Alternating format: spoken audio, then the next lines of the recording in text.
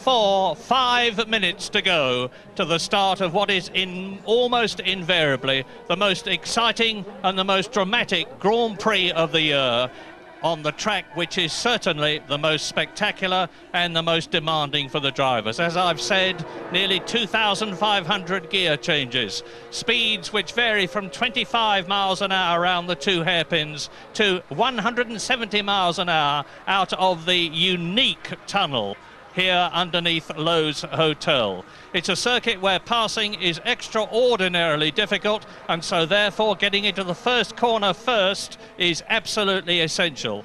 And only one man is going to be able to do that. We all hope that the rest of them will get round that Saint-Devote corner equally well. And then, although you're going to be seeing it, a quick verbal drive around Monaco.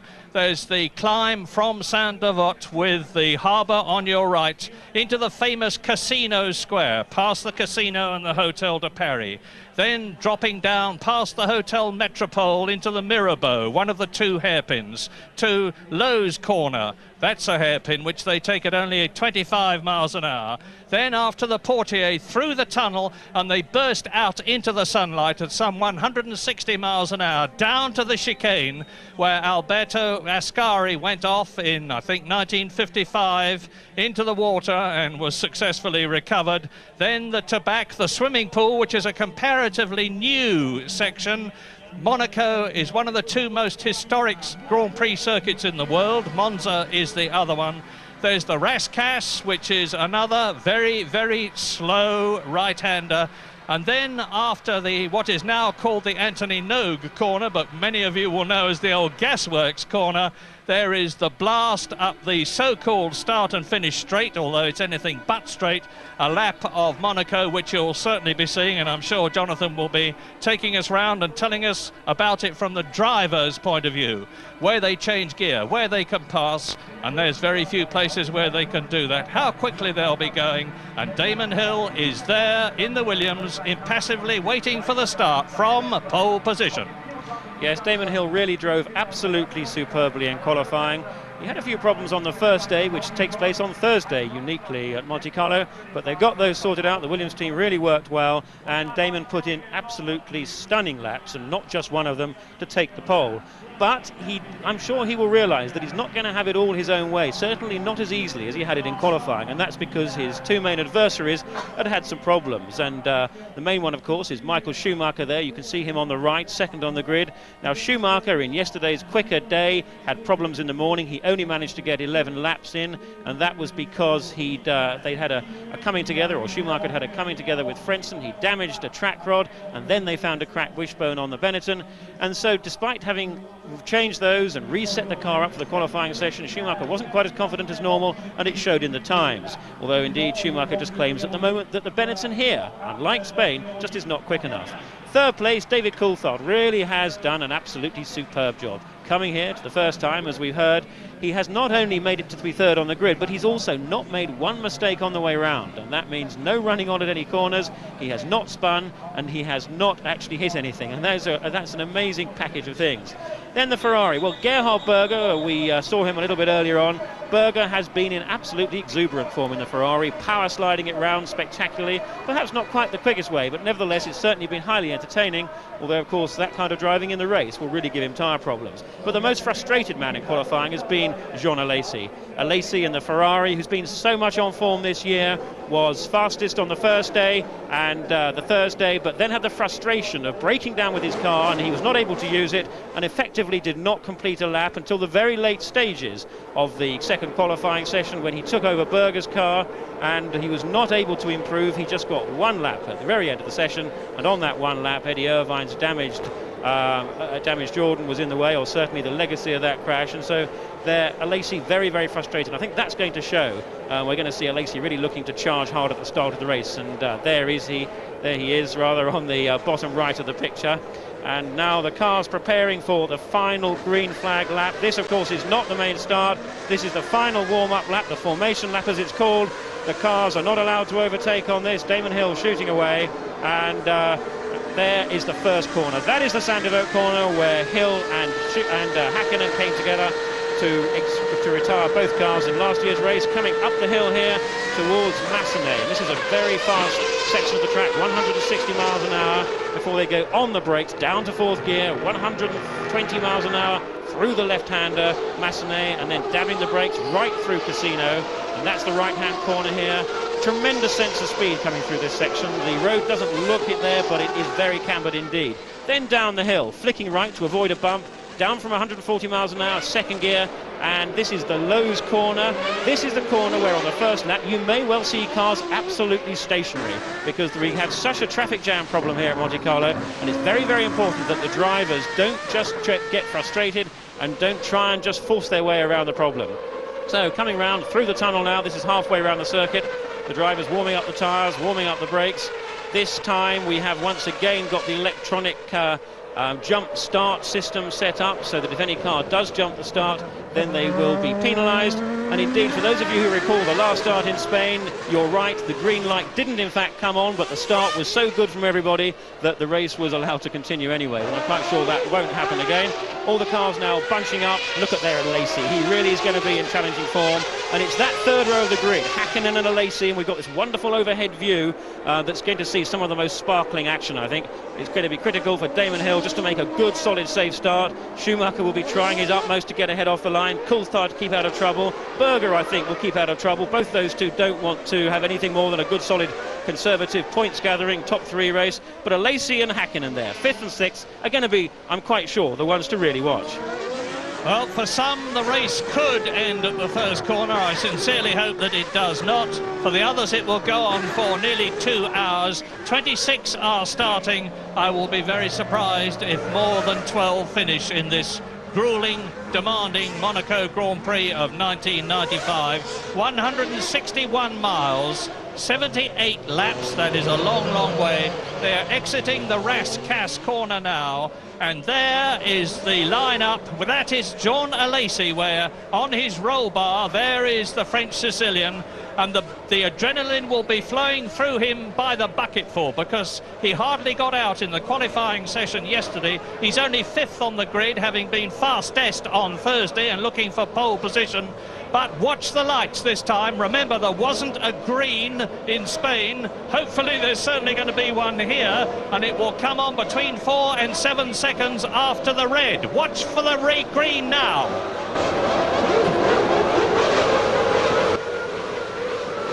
There was a jump start from Frentzen in front of me, I think, but Hill has got away well. Is he going to be into Saint-Devot first? And the answer is yes, he is. Schumacher, that's Coulthard spinning. And there is Alesi and Berger. They're both stationary. Coulthard has spun. This is what I feared would happen, and they are certainly going to have... There's a replay as Alesi charges and tucks his left front between the wheels of Coulthard's Williams, which flips up into the air, spins, and then Alesi hits Berger, and the red flag is out. The Monaco Grand Prix is being stopped. Here's a replay. Now look, you see, Alesi has got his wheels in. Up goes Coulthard's Williams. Now Alesi is going to hit Berger as he charges. Now the drivers will be able to come out, and one of the Ferrari drivers will be able to get in the spare car. But if both Ferraris are damaged, the question will be which driver? Well, it happens time and time again here at Monaco. Off the line, into that first corner. I'm sure that more races... Let's have another look here. Here we're with Alesi. Now look to the left. I think David Coulthard comes across. Whether he's pushed across or not, we don't know. Alesi comes up the inside there. He comes actually, no, he's up the inside there of Coulthard. Coulthard then moves across to close the door. Alesi is on a part of the track where you can see it's already coming back at him. Coulthard goes around. Watch for that is Berger on the left now. Berger's car is, whether it's again it's pushed into Alesi, it's hard to know. But Alesi there, we knew he was going to be charging hard. There he is, that's Coulthard going backwards. There's the Ferrari. Difficult to know quite why Berger cut across into Alesi there, and Berger didn't go around the outside of Alesi. Anyway, the good news for certainly Coulthard is that there is the site, that is the spare Williams car being re-prepared, because the race will now be rerun and it'll be restarted. The cars can refuel. That's Alesi coming back, so the race will be run to the full distance, and Alesi will take over the spare car. That's Coulthard following him back. Here's the first race of the day, back to the pits for Alesi and Coulthard, and no chance for them to exchange words at this stage, clearly. But what we don't know is how badly damaged the other Ferrari is. Now that looks like one Ferrari there, and there's only one spare car. That's Alesi's Ferrari. Look how effective those cranes are. They just pluck the cars out of the way. That's Berger's Ferrari being pulled out of the way, but both cars out, and it's going to be interesting to see who has the spare Ferrari. Now, I've just remembered that there are 4 Ferraris here. There were spare cars for both Berger and Alesi. You're watching David Coulthard run in. Now, there are 4 Ferraris here, or there were. Now, there is the spare Williams being readied. The other 2 Ferraris will already have been readied with the individual pedal, steering wheel and seat settings for their right drivers. Gerhard Berger walking in with his steering wheel. He has to have a very special steering wheel because Berger is much taller than Alesi, and in order to be able to comply with the rule, that's the Williams of Coulthard and the Ferrari of Gerhard Berger, which have been removed. Here is a replay. Now we're starting with Jean Alesi. Let's see if we can work out who was at fault. He's charging hard, coming upside, alongside, and there's the enlargement on the left of Alesi's left front wheel, going between the wheels of Coulthard's Williams Renault. Now, I'm quite sure that Alesi will say that Coulthard turned in on him. I'm quite sure that Coulthard will say that Alesi wasn't level. There is Berger hitting the Williams, having already been hit by the Ferrari. It's always very, very difficult, Jonathan, to give an opinion which is authoritative and accurate. But if it was anybody's fault, I suspect that it was Jean Alesi's, because he was not sufficiently close or up to the front of Coulthard's car to have claimed the corner. Do you agree? Well, I'm not sure that I do, Murray, to be honest. I think that Alesi really was quite far alongside David Coulthard. That's David Coulthard explained to Patrick Head what went on. You know, it's very, very difficult to apportion blame in these situations. For a start, we don't see a great deal of what goes on. We see the front shot, but of course further back it's behind the barrier line and there's a lot of cars there, difficult to know. But my hunch from that, I'm afraid, is that I think for some reason David Coulthard moved across. He squeezed Alesi. Alesi did not swerve into Coulthard, that's for sure. Alesi, I think, had the overlap sufficiently, and I think Coulthard was not aware of just how tight Alesi was against the barrier on the right-hand side. Squeezed into Alesi and of course putting himself out and relegating. Fortunately, as we've heard, Ferrari do have 2 spare cars, and it looks also that's one of the Tyrrell cars. Let's have another look. I'm sure we're going to see it. And just running back there, you see David Coulthard, I'm afraid, to my mind, he's moved across, he's squeezed into Alesi and forced Alesi into the side of him, and but quite wide Berger. I mean, whether he got a touch thrust back there from somebody behind him, it didn't look like it. I can't see anything. Yeah, he was hit by Coulthard. Coulthard's car turned in and hit him, as did Alesi's. But the one thing for sure is, the 2 things for sure, are that poor Damon Hill is suffering because he had got the lead from Michael Schumacher by virtue of his pole position and was into that vital Sandervoort corner first. The second thing is, of course, that David Coulthard might not necessarily have the right settings on the spare Williams. There are 3 Williams cars here, there are 2 drivers, and normally the settings are done for the driver who is ahead on the grid, which in the case of the Williams, of course, was Damon Hill. Now that's Mika Häkkinen walking in, or was Mika Häkkinen walking in, as we look at the car being readied for David Coulthard. And from the way the mechanics are working on the pedal settings on the right and in the middle, it looks to me as though it had Damon Hill's settings on it and not David Coulthard's. They're much of a muchness in terms of height, but their driving styles could be different, in which case the fact that Damon Hill's car is set up one way doesn't mean to say that it's going to be right for Coulthard. Now here is Alesi coming round to join the grid in his spare Ferrari. And just as in Spain there were 4 Ferraris, so in Monaco there are 4 Ferraris, a spare for each of the 2 drivers, an indication of how seriously the Maranello concern take their racing and how much money they're prepared to spend on it. Johnny Herbert on the left talks to Michael Schumacher. There's the jack. I don't know, it's the famous one which Steve Matcham had tucked into the back of Johnny's car in Spain when it's a front jack which Kenny Handkammer operates, and that's probably the most expensive jack puller in the world, with Schumacher rumoured to get something like $15 million for a year's work. And that's Ukyo Katayama there. His Tyrrell was were damaged. Jean Alesi did make an excellent start and came up the inside. I think he was legitimately alongside there, and I think Coulthard was possibly distracted by the fact that Berger was on his left-hand side, and that Coulthard then moved right. And there is Coulthard. He's now in the spare car. He's in the Hill car, although that has Hill on the side. That is just because the spare car is historically allocated to the driver who is highest on the grid, and of course that was Hill with his pole position. And but again, I still cannot understand why Berger turned in there on Alesi, taking Alesi out. Well, I see one of the Saubers there, and I also saw one of the Simtex parked inside. Whether it was Jos Verstappen, who's had one of the worst Monacos in the history of the race, I should think, because he'd only done 16 laps out of a possible 70 due to all sorts of problems the team's had. And the team have given us the bad news, incidentally, that they're so strapped for money that unless they can get some more from their sponsors, they will not be at the Canadian Grand Prix in 2 weeks' time. And that's the battered David Coulthard's Williams. So they're one of the most experienced racing drivers in the world, Niki Lauda. He's with Tony Jardine. Niki, a bit of a disastrous start for Ferrari, but you've got 2 spare cars. Yeah, we've got 2 spare cars, but 2 spare cars are spare cars and not race cars.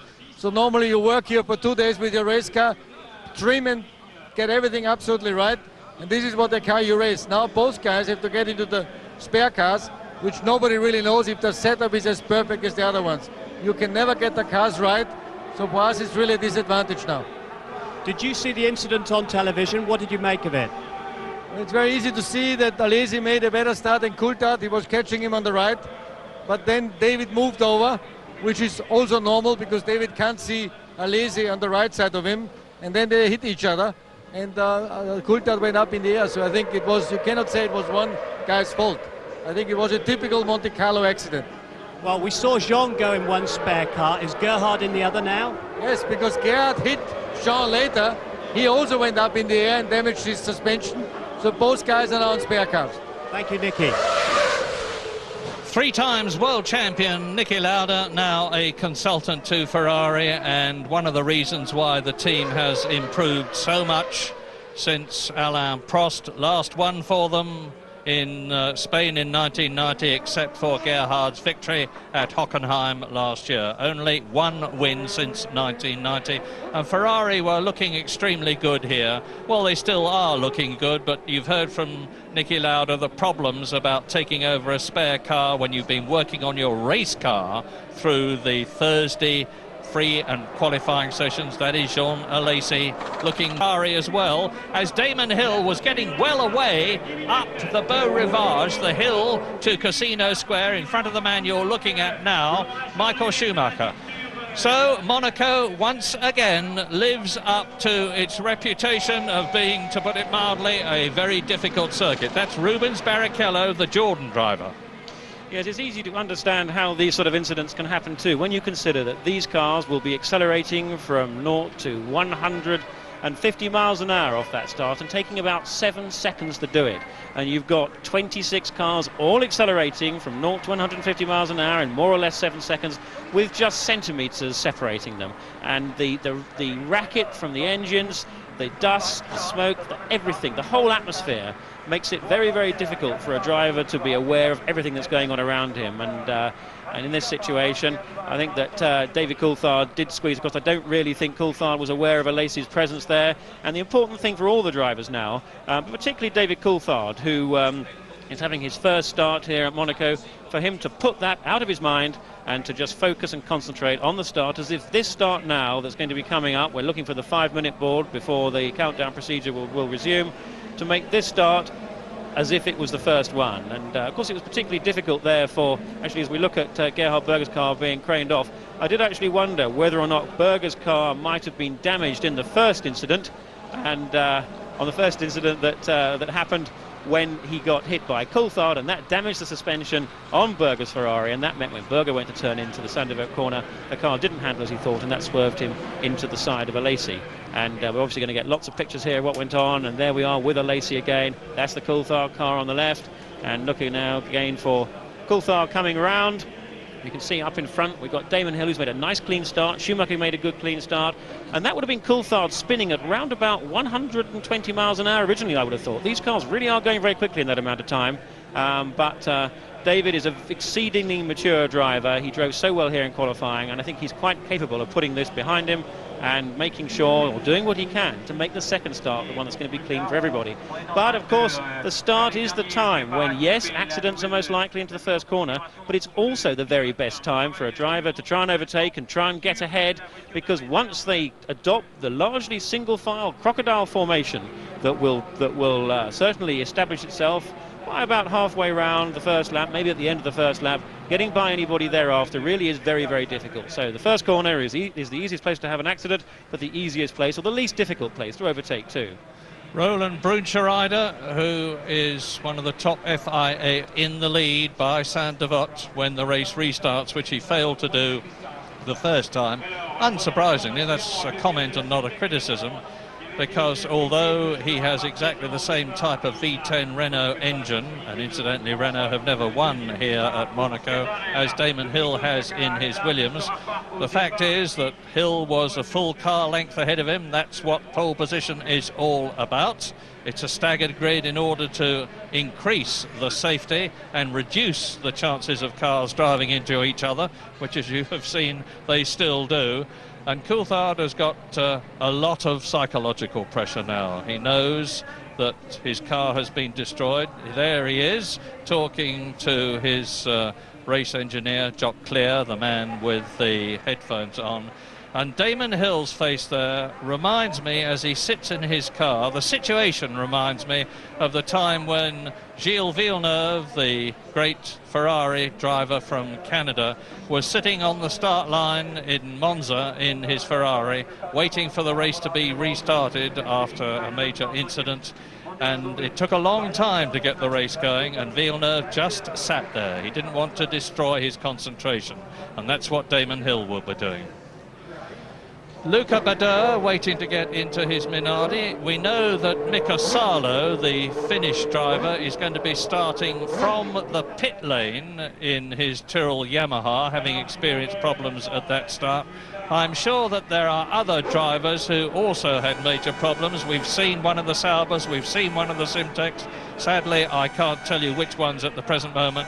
But with that sort of pinched up look on his face due to the close-fitting helmet, Gerhard Berger sits there in the Ferrari. 5 minutes to go. Berger is fourth on the grid. And we can see on Berger's visor there, well, we could see on Berger's visor, the edges, the turned up edges of the rip-offs, because the dirt and oil and muck that accumulates on the visors as the drivers race really is quite phenomenal. And of course the drivers, we should see it again here, the drivers have these thin films of plastic that lie over the front of the main visor. They're called rip-offs. There we can see it there on a Laces car or a Laces helmet, and the drivers will pull these rip-offs off one by one. They've normally got two on the helmet. Normally by about 20 laps the first one will be peeled off, and we see that occasionally. You see their hand come across the front of the helmet as they're racing, and then in perhaps another 20 or so laps the second one comes off. But the important thing there is not to end up taking them all off too quickly, to leave you with some 2/3 race distance just to do on one screen of remaining visor. But a concern that Damon Hill's going to have, and that Schumacher's going to have, is that their two cars, unlike a Laces car there, will have already completed one start on the clutches. And when you consider that these cars have a first gear which will take them all the way to 85 miles an hour, the clutch is dropped, the clutch is let go instantly, and it's wheel spin that helps them, and the starts are very, very hard indeed on clutches, and that can make doing the second start not quite so easy as the first. Those were the eyes of Mika Häkkinen, sixth on the grid. I can tell you that in some miraculous way there are two Saubers on the grid.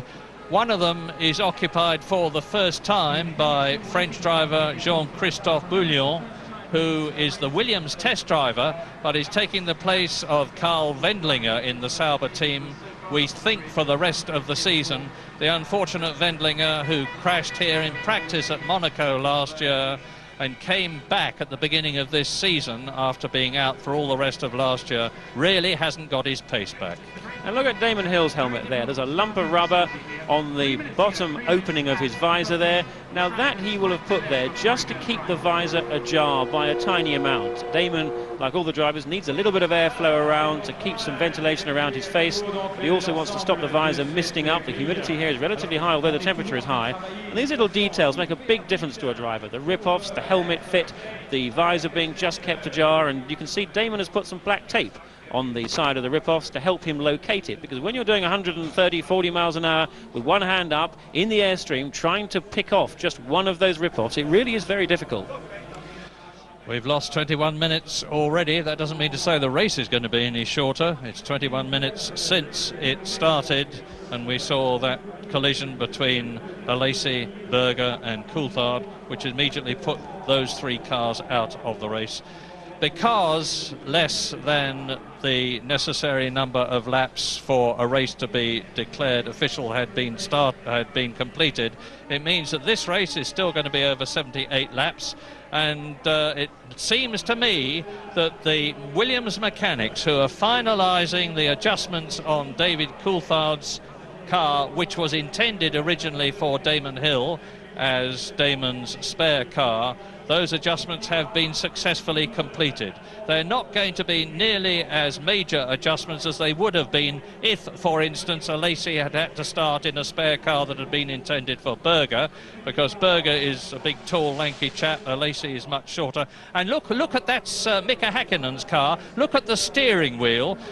When the car was made bigger for Nigel Mansell, Mika Häkkinen said, oh, that's good, I'll be able to have a bigger steering wheel. He had a 28 centimetre steering wheel. He's had a special one made up 30 centimetres wide, because his style is very different to that of Nigel Mansell. Nigel likes a small wheel and a lot of muscle power to heave the car around the corners. Mika likes to use more leverage, which gives him as a result of which he has a bigger wheel. So now we are getting ready for this restart. Damon Hill there in pole position in the Williams. Michael Schumacher second. Roland Brunscheider all ready to give the green flag, which will send them off on another formation lap and then another start. There's no reason why the second start should be any more successful, said he gloomily, than the first one. But looking on the bright side, I sincerely hope that it is, because cars are getting short. Only Ferrari have got 4 of them and are able to give each of their drivers a spare car. Some of the spare cars in the other teams are already being used, and they're off on the second formation lap. Well, here they go again, and this is where the incident took place, that Sandovo corner. About 60, 70 miles an hour as they go round there in second gear, and let's just hope that this time they do get away cleanly. Up the hill, now driving up here, you can see it really does weave around quite a bit, and approaching that up through the gears at 150, 160, nearly 170 is an amazing experience. It's just like threading a needle. It's very difficult to even judge where the barriers are like that. But we obviously have to hope that this start does get away cleanly. I can remember a race that I took part in, the Austrian Grand Prix back in 1987, when in fact we had no less than 3 starts before finally the race managed to get underway. And again, it's so desperately difficult for the drivers to be sitting there and knowing that they can all do something about making sure it's clean. They can all be that little bit more cautious, but the margin between being a little bit more cautious and yet being that cautious that you lose places really is very tiny indeed. So, through the tunnel, and this corner through the tunnel is particularly difficult because it's blind. You can't see, like we can't see now, you can't see where the exit is. And David Coulthard on the first day of practice wasn't flat out through there. He didn't keep his foot flat to the floor, and no great surprise, because and that looks like it's Jos Verstappen, Simtek, the unfortunate Dutchman who's had a really character building Monaco time so far. Looks as though he's not starting the race. Yes, it's been a miserable weekend for Verstappen so far. He's had problems throughout the whole weekend, and he's a very talented driver, the driver that took over at Benetton last year, and great shame for him to not be able to really reveal his potential, which he could well have done here. And this circuit is the best test of driver talent anywhere in the world, as far as I'm concerned. Let's hope that we're not seeing the last of the very worthy Simtek team here at Monaco, and that they're able to raise the money that they worthily need to get to Canada for the next race. But for this one, we ride with Mika Häkkinen coming up to 6th position on the grid, as Damon Hill for the second time on the left comes up into the pole position slot, with on the right Michael Schumacher. Behind Damon Hill is his teammate David Coulthard, and then behind him the 2 Ferraris of Gerhard Berger, 4th on the grid, and Jean Alesi 6th. There is Mika Häkkinen. We're on his roll bar, or were, in 6th position. Behind him is Johnny Herbert, 7th on the grid. 8th is Martin Brundle. 9th is Eddie Irvine. And in 10th, Mark Blundell. You can see him in the back of your picture on the right-hand side behind Schumacher, the red and white car. The green flag means ready to go for the 2nd time. Red, green, go. Again, Damon Hill, and Coulthard is having a go again, trying to get through to Sander Vogt in front of Michael Schumacher. He fails, but he's round this time, ahead of both the Ferraris. So Coulthard has kept his 3rd position. Hill leads, Schumacher 2nd. Coulthard is in 3rd position into Casino Square at the highest point of the course. Now they drop down, and it's a Lacey 4th, Berger 5th. Johnny Herbert is up into 6th position. This is the right-hander at Mirabeau. Now down to the slow Lowe's hairpin, the most famous television motor racing shot of all. Hill leads, Schumacher 2nd. They're pulling away a little bit already from David Coulthard, followed by the 2 Ferraris. Out of the Portier into the tunnel, where they build up to 160 miles an hour, believe it or not. From light to dark, almost to the light again, as they come out of the tunnel into the chicane, and that's down to about 40 miles an hour, and the Ferraris are closing right up behind Coulthard. Hill, Schumacher, Coulthard, Alesi, Berger, Herbert, Häkkinen, Irvine, Brundle, Barrichello, and the rest of them go through round the swimming pool. And Damon Hill has got the advantage now, because he has got a clear track in front of him. He knows this track, he knows this is his chance, and he knows that behind him he's got Michael Schumacher, so he cannot relax for 1 split second. End of lap 1. Hill leads by half a second. Coulthard is in 3rd position, and he's already 2 seconds behind Damon Hill. We're getting the repetition again, as we have had so many times in the past, of the 2 rivals for the World Championship of 1994, Damon Hill and Michael Schumacher, who were separated by only 1 point at the end of a season, fighting for supremacy again. Now we're looking back from Hill's car. Down to Lowe's. Schumacher, there he is. Look back and you see Coulthard coming out of Lowe's. And what Schumacher will be trying to do, of course, is to pressure Damon Hill into making a mistake. Yes, and he really is going hard at that. Now, when we bear in mind that in qualifying that Damon Hill was quicker than Michael Schumacher, that was fairly clear yesterday afternoon. The situation we're looking at is a far cry from last year, when Schumacher on the first lap pulled out nearly 4 seconds. Schumacher really disappeared last year, and that situation is very much not being reversed, in that Damon Hill is not able to pull out any significant gap from Schumacher. And one of the things that we have to wonder at this point is, does this mean that their fuel loads are different? And one scenario that might fit is the fact that Hill could be having a half a tank of fuel, or could have half a tank of fuel in that Williams, and meaning to do just 1 stop.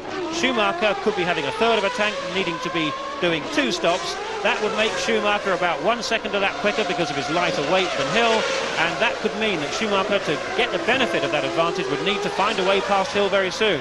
Well, what I can tell you, which I couldn't tell you before the race had started, was that the Williams team were experimenting with a very heavy fuel load in the half-hour warm-up this morning to see whether they could make just 1 fuel stop. I know that, but what I don't know is what the decision was. Unsurprisingly, they wouldn't tell me. But it could well be that Hill is going to make just 1 stop. What we don't know then, of course, is how many Schumacher's going to make. There he is in 2nd place. We are now on lap 3 already of the Monaco Grand Prix. Hill, Schumacher, Coulthard. Those 2 are clear as they go into the tunnel. Look back and you'll see Coulthard come through with Alesi tucked up behind him. Berger is in 5th position. Johnny Herbert is still 6th. Häkkinen is 7th. Eddie Irvine is in 8th position. Martin Brundle is 9th, and Rubens Barrichello is 10th. A tremendous scrap at the front. Indeed. Now, at this point, let's assume that Hill does have a heavier car. He is making 1 stop. Schumacher's going to make 2 stops. Now, that could give Schumacher this 1 second performance advantage if Schumacher could get ahead. But if Damon Hill keeps driving around on the line, keeping it neat, he needs to do nothing untoward at all. But so difficult is it to overtake here that he should well be able to keep his lead in the situation.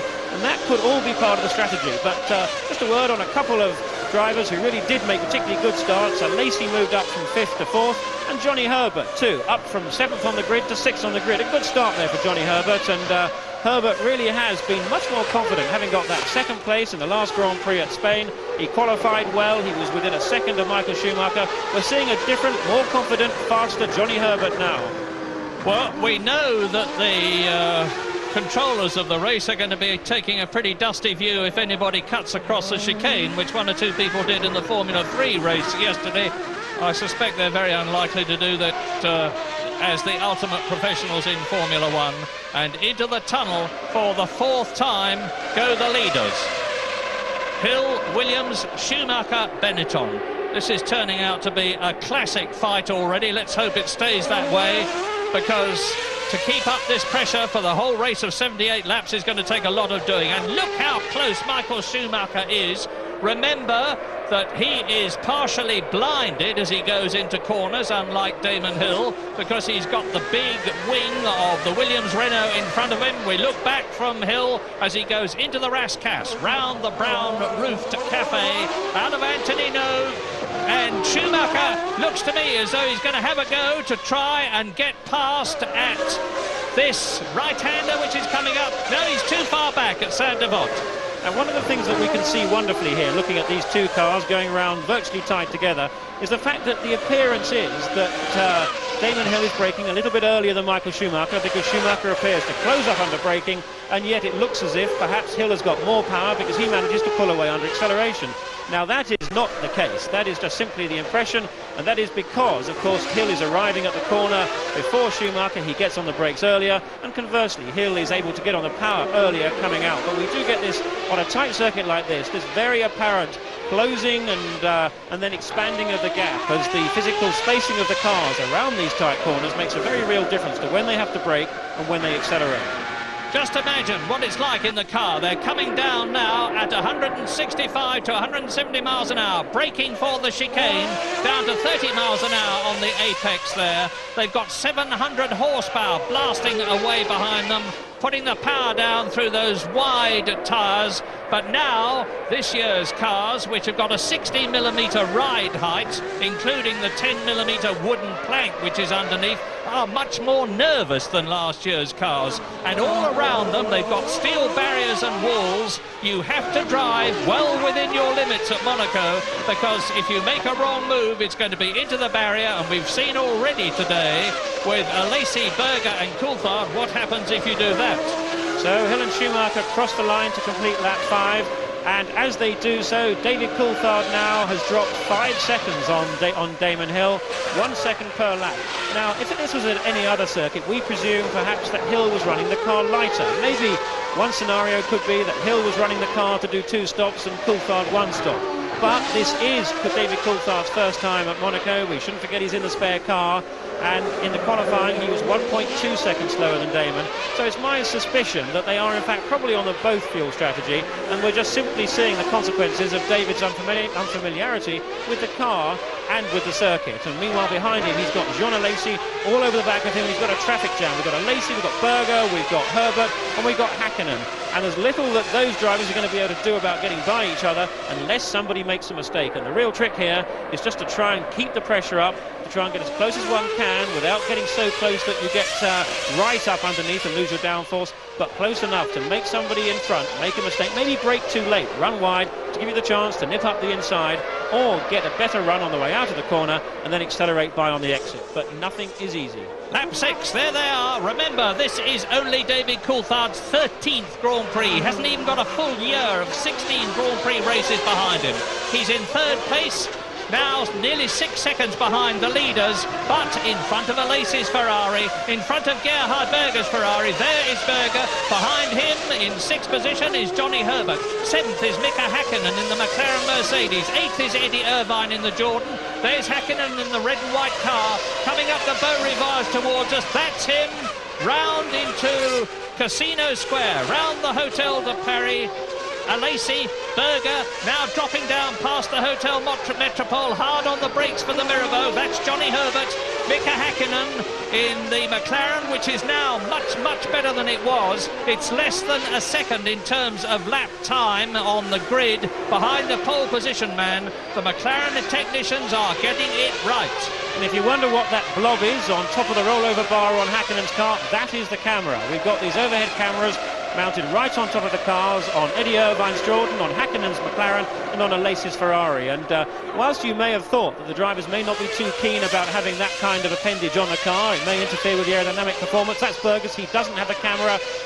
Herbert doesn't, but there we are, that's Häkkinen with it. It really seems to make very little difference, and we're delighted because that means we get some of these superb pictures. Nowhere but nowhere is the pressure on a driver as great as it is at Monaco. We're coming up already towards 1/10 race distance, which will be lap 8, because they're coming through to complete lap 7. Johnny Herbert with Mika Häkkinen there behind him. Häkkinen is 7th, Johnny Herbert is 6th. Up to Sander Vogt again go the Ferraris. And it's quite clear that the Ferrari pace cannot match that of the Williams-Renault of Damon Hill or Michael Schumacher. But what we don't know is what their respective fuel loads are. Ferrari always carry a lot more fuel than the other cars because of their thirsty V12 engine. But at the present moment, Damon Hill is the fastest driver on the track, 1 minute 25.2, and Alesi is lapping 1 second slower. And I can tell you that Gianni Morbidelli has just come into the pits in the Arrows car. That seems much too early for a routine pit stop, so I suspect some kind of problem for Morbidelli. Great shame there. He really is a very impressive driver, qualifying here in a tremendously 7th last year, 13th this year.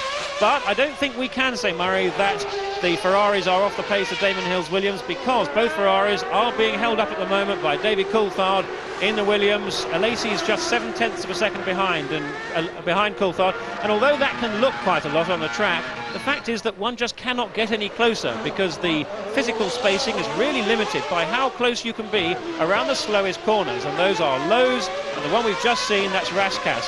And the mere length of a car, if you take, if we look at Alesi or Berger behind Coulthard at somewhere like Lowe's corner, it's about another 15 seconds away, you'll see that they are absolutely together, and that is a certain time gap, and that gap between those cars at that speed is 7/10 of a second, and of course 7/10 of a second at 160 miles an hour is much bigger. Now Damon Hill is pulling away, no doubt about it. 1.6 seconds is his lead over Michael Schumacher, as off goes the McLaren at Sander Vogt of Mika Häkkinen. It's obviously a difficult corner for the McLaren drivers because Mark Blundell went off but earlier in the practice, but it looks to me as though Mika Häkkinen was out of the race. His body language said to me as he spoke to the marshal that Mika Häkkinen had retired. I don't know, we'll wait and see, in which case I think he's the first retirement, although 2 cars failed to start. Yes, it is. Mika Häkkinen is out on lap 9 out of 78. Yes, some kind of mechanical problem there for the McLaren, I'm sure. A great shame, because the McLarens have tended to be better in race form than they have in qualifying, and this could have been a very good race for them. Häkkinen was a superb second on the grid last year, didn't get the chance to race after he collided with Damon Hill off the line. Top 12, lap 9, Damon Hill leads Michael Schumacher by 1.6 seconds. Coulthard, Alesi and Berger are close together. There is the Scotsman and the Frenchman Alesi, followed by the Austrian Gerhard Berger, who is 5th. Johnny Herbert is 6th. Mika Häkkinen is out, so up comes to 7th place Eddie Irvine. 8th is Martin Brundle, 9th is Rubens Barrichello, 10th is Mark Blundell in the sole McLaren Mercedes, 11th is Olivier Panis, and in 12th position is Heinz-Harald Frentzen in a Sauber which has been built up overnight. And Alesi is maintaining the pressure, but David Coulthard is resisting it brilliantly. The find of this year, certainly, David Coulthard, the ex-Williams test driver, ex-Formula 3000 driver. He was 2nd in the European Championship. Ex-Formula 3 driver, the man who won the prestige races at Macau and the Masters. And before that, of course, Formula Ford and karts, like all of them. So the big question now is pit stops. How many are they going to make? When are they going to happen? And looking at the pace that Damon Hill and Michael Schumacher are running, I think I'm going to come down on the side of the fence that says 2 stops. and that means the first stop round about lap 25. We're lap 9 now, so that's it's another 16 laps onwards. And that's one of the 40 cars. That's Moreno having gone off there. Mechanical problem or incident, difficult to say. There's Coulthard, there's Alesi. I think we've probably seen most of these people doing 2 stops. Now, if anybody's on 1 stop and those ahead are if anyone's on 2 stops and those ahead are on 1, that's going to be a problem because no one looks like getting by anybody else at the moment. And if you intend to make 2 stops and you're being held up by somebody going slowly making 1, then you're going to lose all of the potential advantage that you could get from running the car light in these early stages. And of course, when you've made a fuel stop, when you come out, you're in amongst the traffic, and you can see how difficult it is to get past at Monaco. And also remember the problems that some of the teams, notably Williams, have had here at Monaco with pit stops. Remember when Nigel Mansell, leading Ayrton Senna, came into the pits thinking he had a puncture, when in fact all he had was a loose wheel nut, rejoined the race and had the most exciting finish to a Monaco Grand Prix I have ever seen. Remember when Alain Prost in a Williams Renault was stuck in the pit lane through his inability to get the car away cleanly because of problems he was having with the clutch. So it's far more, or can be, than just the time it takes to actually physically change the tyres and wheels and top up with fuel. Coulthard is third there. Behind him Alesi, behind him Gerhard Berger, Williams, Ferrari, ahead of both of them, Michael Schumacher, who is now 1.8 seconds behind Damon Hill, who's increasing the gap. The fastest man on the track, still the fastest lap, 1:25.248, is held by Damon Hill. Looking good in the Williams Renault. Alesi. I have never seen such dejection in a racing driver as there was with Jean Alesi yesterday when he was coming round the Rascasse in his Ferrari, only for the hydraulic pressure to fade. He stalled the engine. He was pushed by the marshals. He started the engine on the clutch, as a result of which he was obliged to take over Gerhard Berger's car. That adversely affected Berger's qualifying performance, and it certainly adversely affected Alesi's. And he went from fastest on Thursday afternoon to 5th fastest. He seems to be fated to start 5th on the grid. He started there in Brazil, he started there in Argentina, and already they are lapping. That's Pedro Diniz in the second of the 40 cars, bumbling his way around the circuit, if I may be so unkind. But it is true, the 40 cars are some 8 seconds off the pace here, as they have been at every other Grand Prix. Gerhard Berger's got past, Alesi's got past, Coulthard's got past, and you can see how close it is for third as you look down at the Rascasse. Well, Berger's got past, but he didn't get past at that chicane where Coulthard and Alesi did. And just look how much time that's lost Berger. He can be lapping for one lap after lap, trying to make up tenths, and he can lose 2 seconds just like that when someone like Diniz didn't see the third car, moved across, and then left Berger to lose so much time. Back again with the leaders. That was Damon Hill. That is Michael Schumacher down to the Mirabeau. This is one of the few places where you can pass if you're brave enough. I remember Martin Brundle was last year when in the McLaren he drove round the outside of Gerhard Berger's Ferrari, subsequently to finish a superb second in the McLaren Peugeot, as it was then. Into the tunnel again then. This is lap 13. Hill leads. There is Schumacher. 10 seconds behind them now, David Coulthard, with Alesi virtually underneath his rear wing. 2 seconds ahead of 5th place Gerhard Berger, who is 5 seconds ahead of 6th position Johnny Herbert. So both the Benettons are in the top 6. Both the Williams cars are in the top 6. Both the Ferraris are in the top 6. There's a long way to go in this race yet. We're only on lap 13 out of 78, and a lot could and will happen. Out of the Rascasse. Now there is Damon. Well, Damon won in Argentina, of course. He won the San Marino Grand Prix. He was leading in Brazil, leading Michael Schumacher until his rear suspension collapsed and took what seemed to be a certain victory away from him. And as a result of his problem in Spain, which resulted in him only finishing in 4th place, he's 1 point behind Michael Schumacher in the World Championship. Now we are riding with Schumacher now. Now, we've just heard that Olivier Panis, there it is, jump start penalty, 10 seconds, and that means we're going to see Panis in the Ligier come back into the pit to be held stationary. That is surely it. That is Panis coming in. He'll be held. I beg your pardon, we think that's Brundle leaving the pits. And now Hill is feeling much more comfortable for sure. He's pulled out 2 seconds over Michael Schumacher, and that's a massive amount of pressure away there from Hill. And it would appear that Hill has been consistent. He's maintained that consistency, and Schumacher, having had made the early charge that we know he's so capable of, and that's Frentzen in the Sauber with a penalty for Sauber. That's his 10-second penalty gone, and out he goes.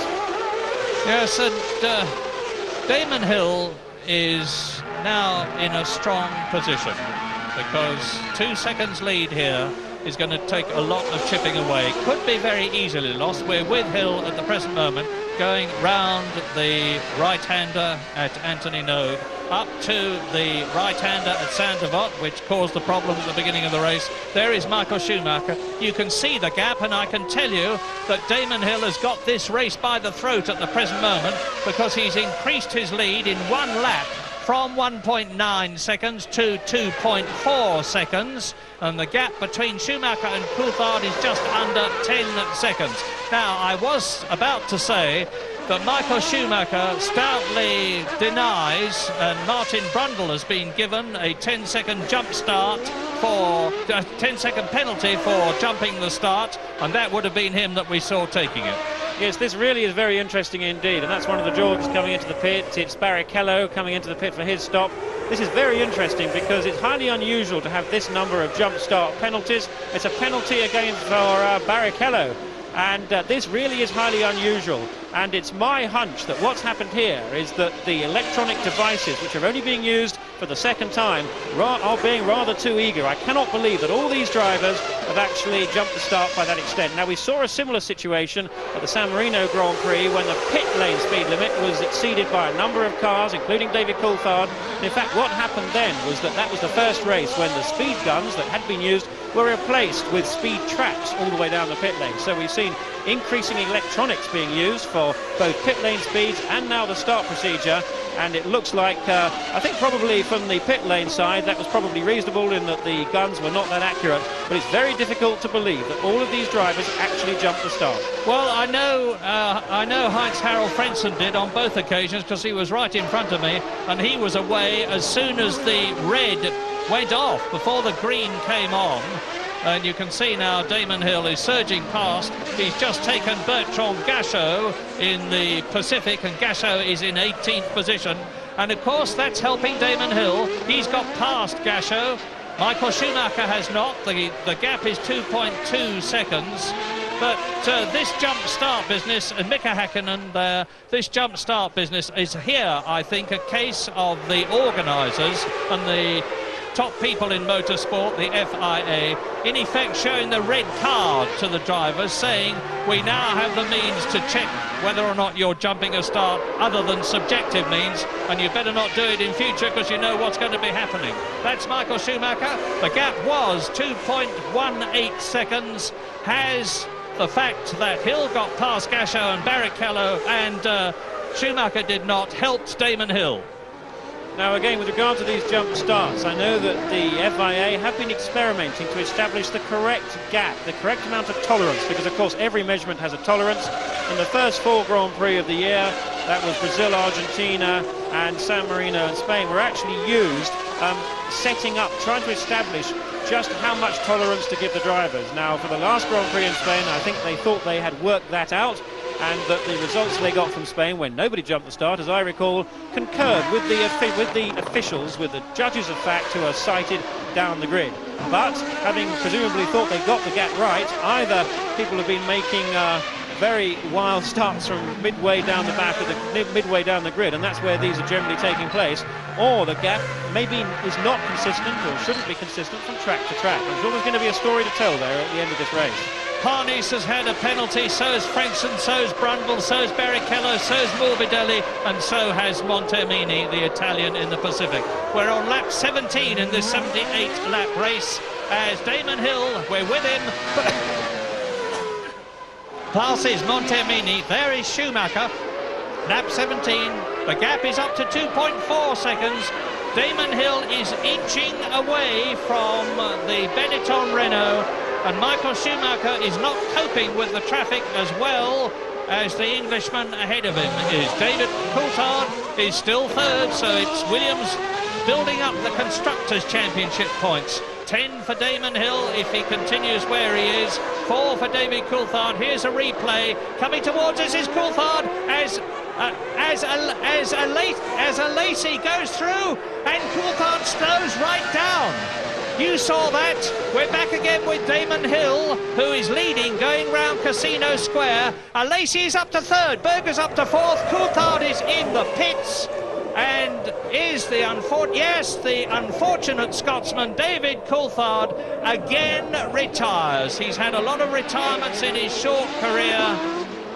He failed to finish in Argentina, he failed to finish in Spain, and David Coulthard is out.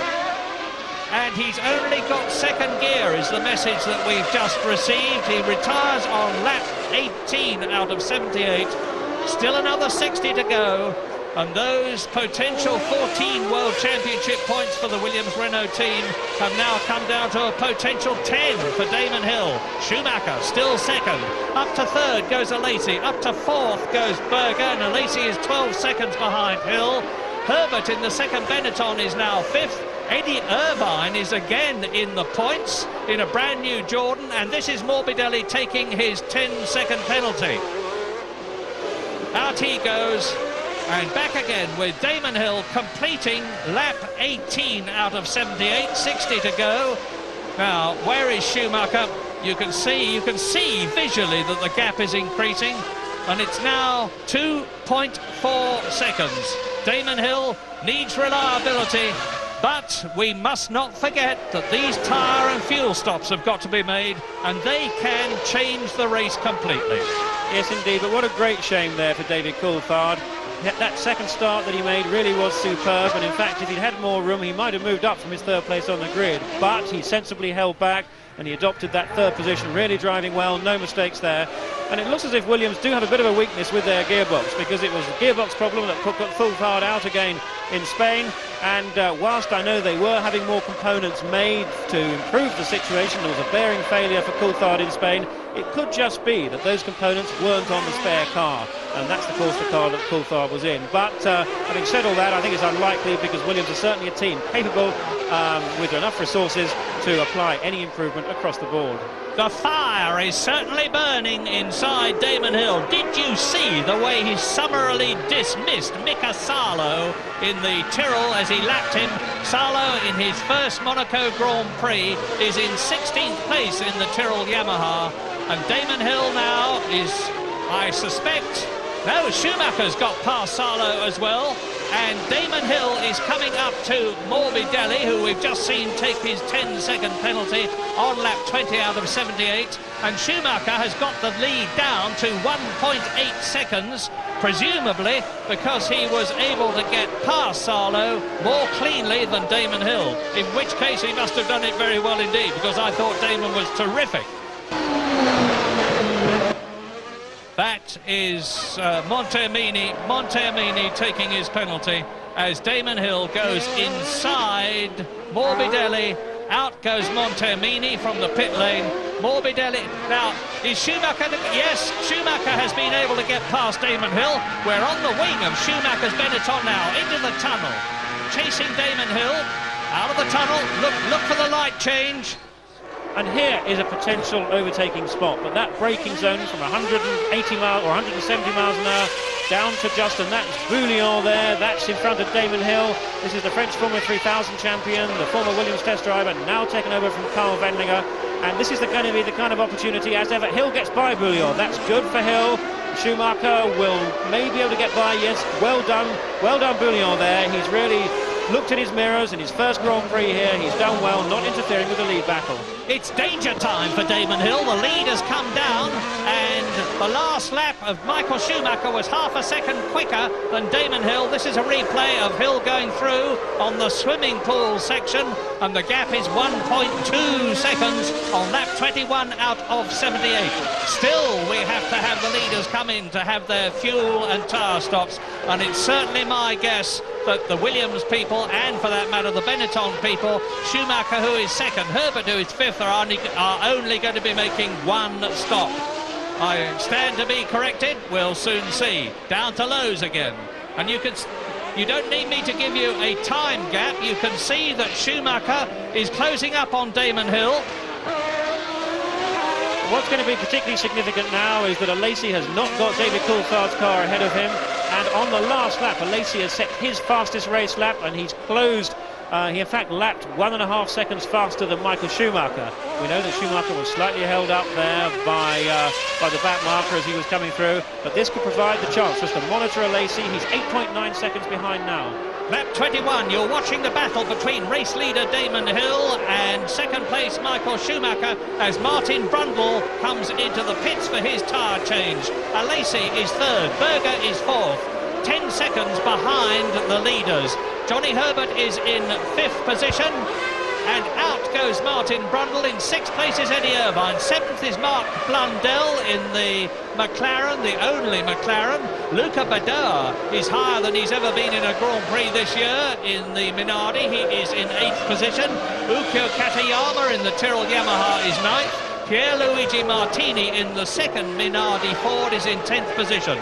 Martin Brundle has dropped to 14th place, one lap down as a result of his tyre stop, and Damon Hill turns into the Mirabeau, drops down to Lowe's corner. The blue and white Williams, the multicoloured Benetton, the two top men of Grand Prix racing of 1995 and 1994, battling for World Championship points and victory at Monaco. Now, it's my guess, in fact, that all of the first four drivers, Hill, Schumacher, Alesi and Berger, are going to make two stops. Now, if that's going to be right, they're going to be coming into the pits for their first one within the next 4 or 5 laps. Lap 21, lap 25 will be a normal kind of time to run. Now, a driver who is some way behind is Johnny Herbert. Herbert back there in 5th place. He's 17 seconds behind Gerhard Berger. And that's quite a big gap, and it may well be that Herbert is, in fact, running slower, partly because he's running heavier, and running heavier would mean just making one stop, and that could put Herbert in quite an interesting situation as this race develops. Lap 22, Damon Hill exits the last right-hander as he comes through to complete the lap. He was leading by 1.6 seconds. He goes up to Saint-Devot as Schumacher completes the lap, and the gap has increased to 2.1 seconds as a result of Damon Hill doing that last lap just half a second faster than the Benetton Renault. And it's quite amazing when you think that although these two cars in front have the same type of Renault V10 engine, everything else is different. Different technicians, different factories, a lot of the components may be the same, but the thinkers, the designers, the developers behind each of those two cars are totally different, and it's an indication of how razor sharp the competition in Formula One is, that they are so closely matched. The Ferraris may be dropping back because of a fuel strategy situation. I don't think that's the case. That's one of the Saubers. It's Jean-Christophe Bouillon. There he is, number 30 going through. He's in 15th position. He's already been lapped once by Damon Hill, and he's about to be lapped again. And this is going to give Schumacher the opportunity to close up, because Bouillon has got in front of him Martin Brundle, who's got in front of him Heinz-Harald Frentzen. I think that's actually Frentzen there ahead of Damon Hill there. Frentzen really has had a miserable time getting shown there the blue flag, and into the pits comes, that looks like Rubens Barrichello for his first stop. Yes, but much more important is the fact that now Schumacher, by virtue of the traffic situation, is right on the tail of Damon Hill. I wish we were looking at them. It's interesting to look at Barrichello, but it would be a lot more interesting if we could watch the race at the front.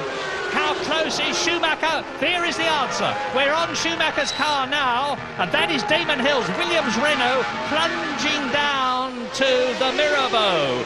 Past Pedro Diniz's 40, as does Schumacher.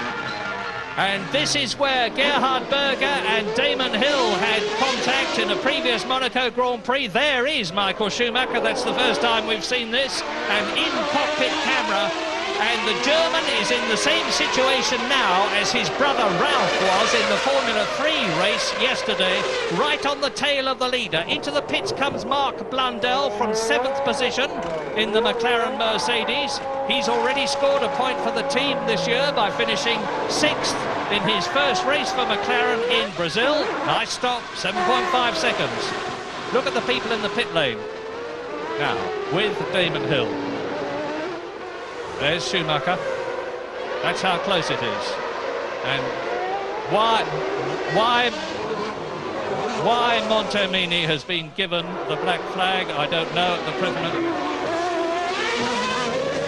It's because he failed to stop after 3 laps for his penalty, and Hill is in. Hill is in. This is the first fuel and tyre stop for a race front man. Damon Hill, 8.5 seconds, and that was on lap 25. And as a result of that, of course, Schumacher goes into the lead, followed by Alesi. 3rd is Berger, where with Schumacher, Damon Hill has dropped down to 4th place and probably, 4th position.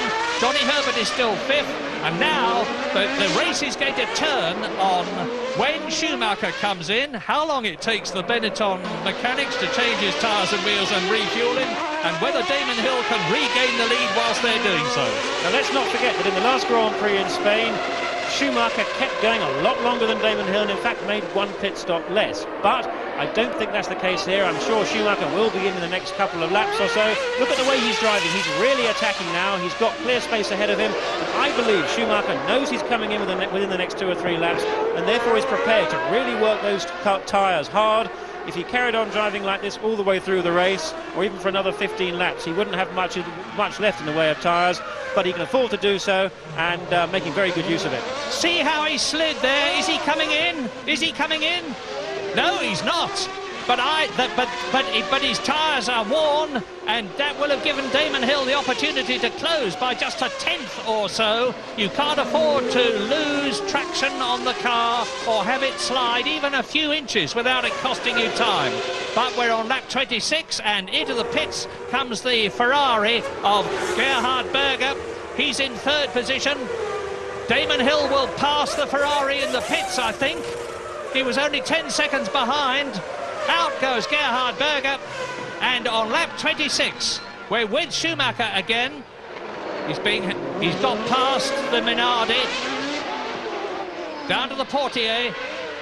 And Schumacher must surely come in at the end of this lap. Look at that little extra wing on the back of the Minardi there. The only team to do it, of course, McLaren have their mid-wing mounted further forward, but the regulations are the things that provoke these rather odd sort of wings in odd places. They're not allowed to have that wing higher up across the whole width of the car, and there are various boxes all the way around. But Schumacher really pushing, but must come in the pit surely this lap or the next. And don't worry, we're going to be watching Schumacher in the pits, and we're going to be watching this track in front of us to see whether Damon Hill goes through and passes the German and retakes the lead.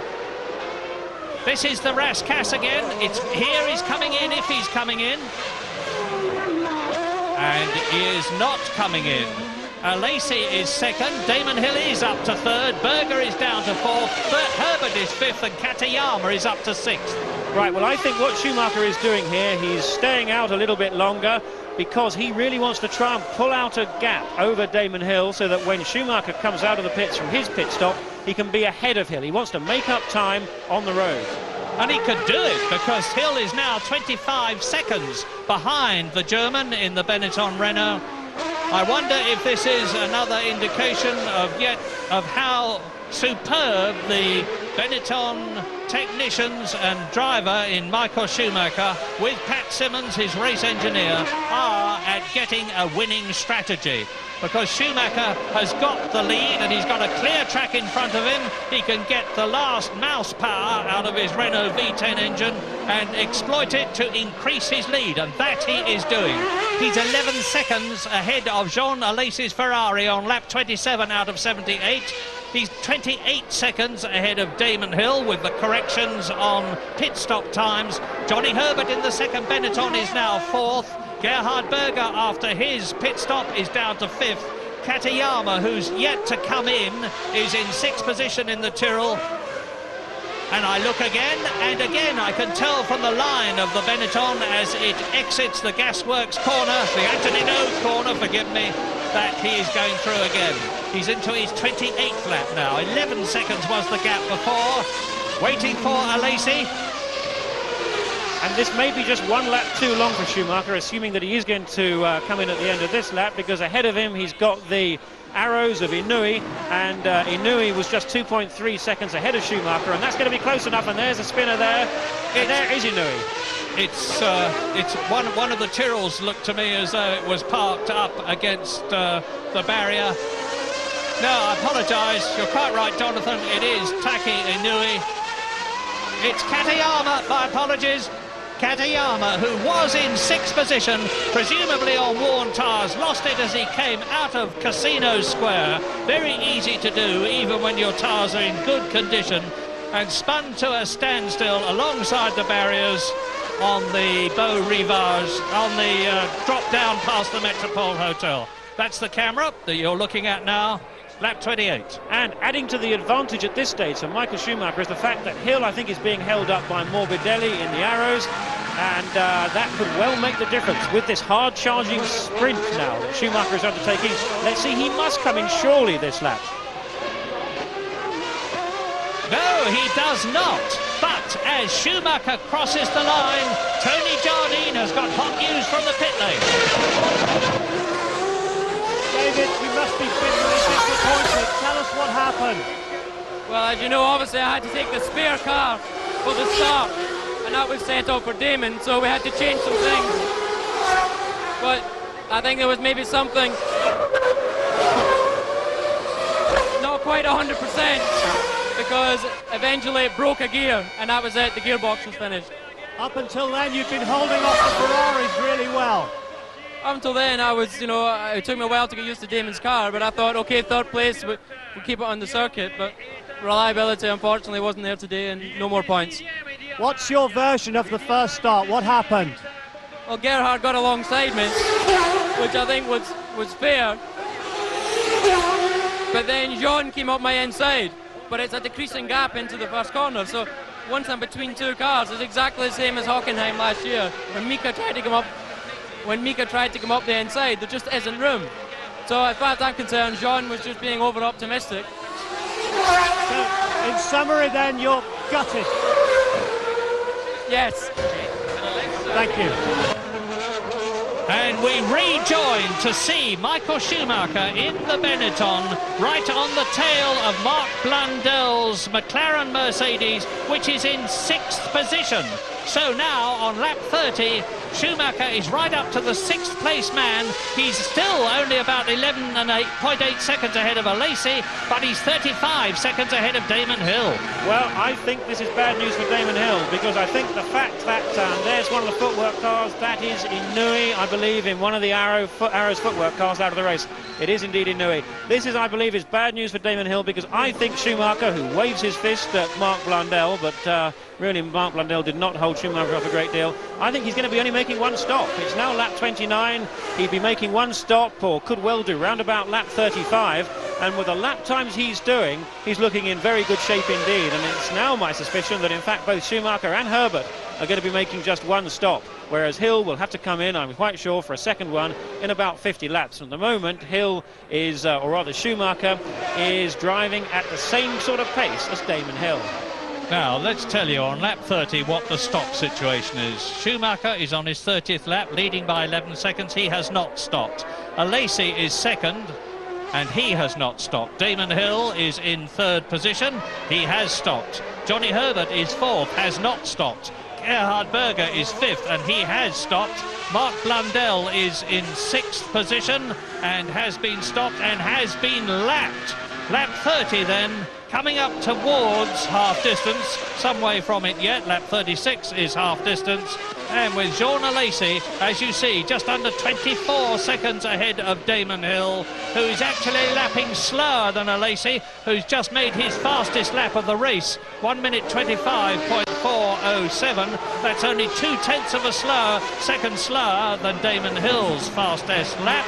Is flying. He's now under 10 seconds behind Schumacher. Yes, this is now the race, and now it's looking clear that Schumacher and Alesi and Herbert are just on a one-stop strategy, and that's another 5 laps time if we're right for their first and only stop. Then we've got Damon Hill on a 2-stop strategy, as well as Gerhard Berger there, and of course Mark Blundell in 6th. So that's the way it pans out.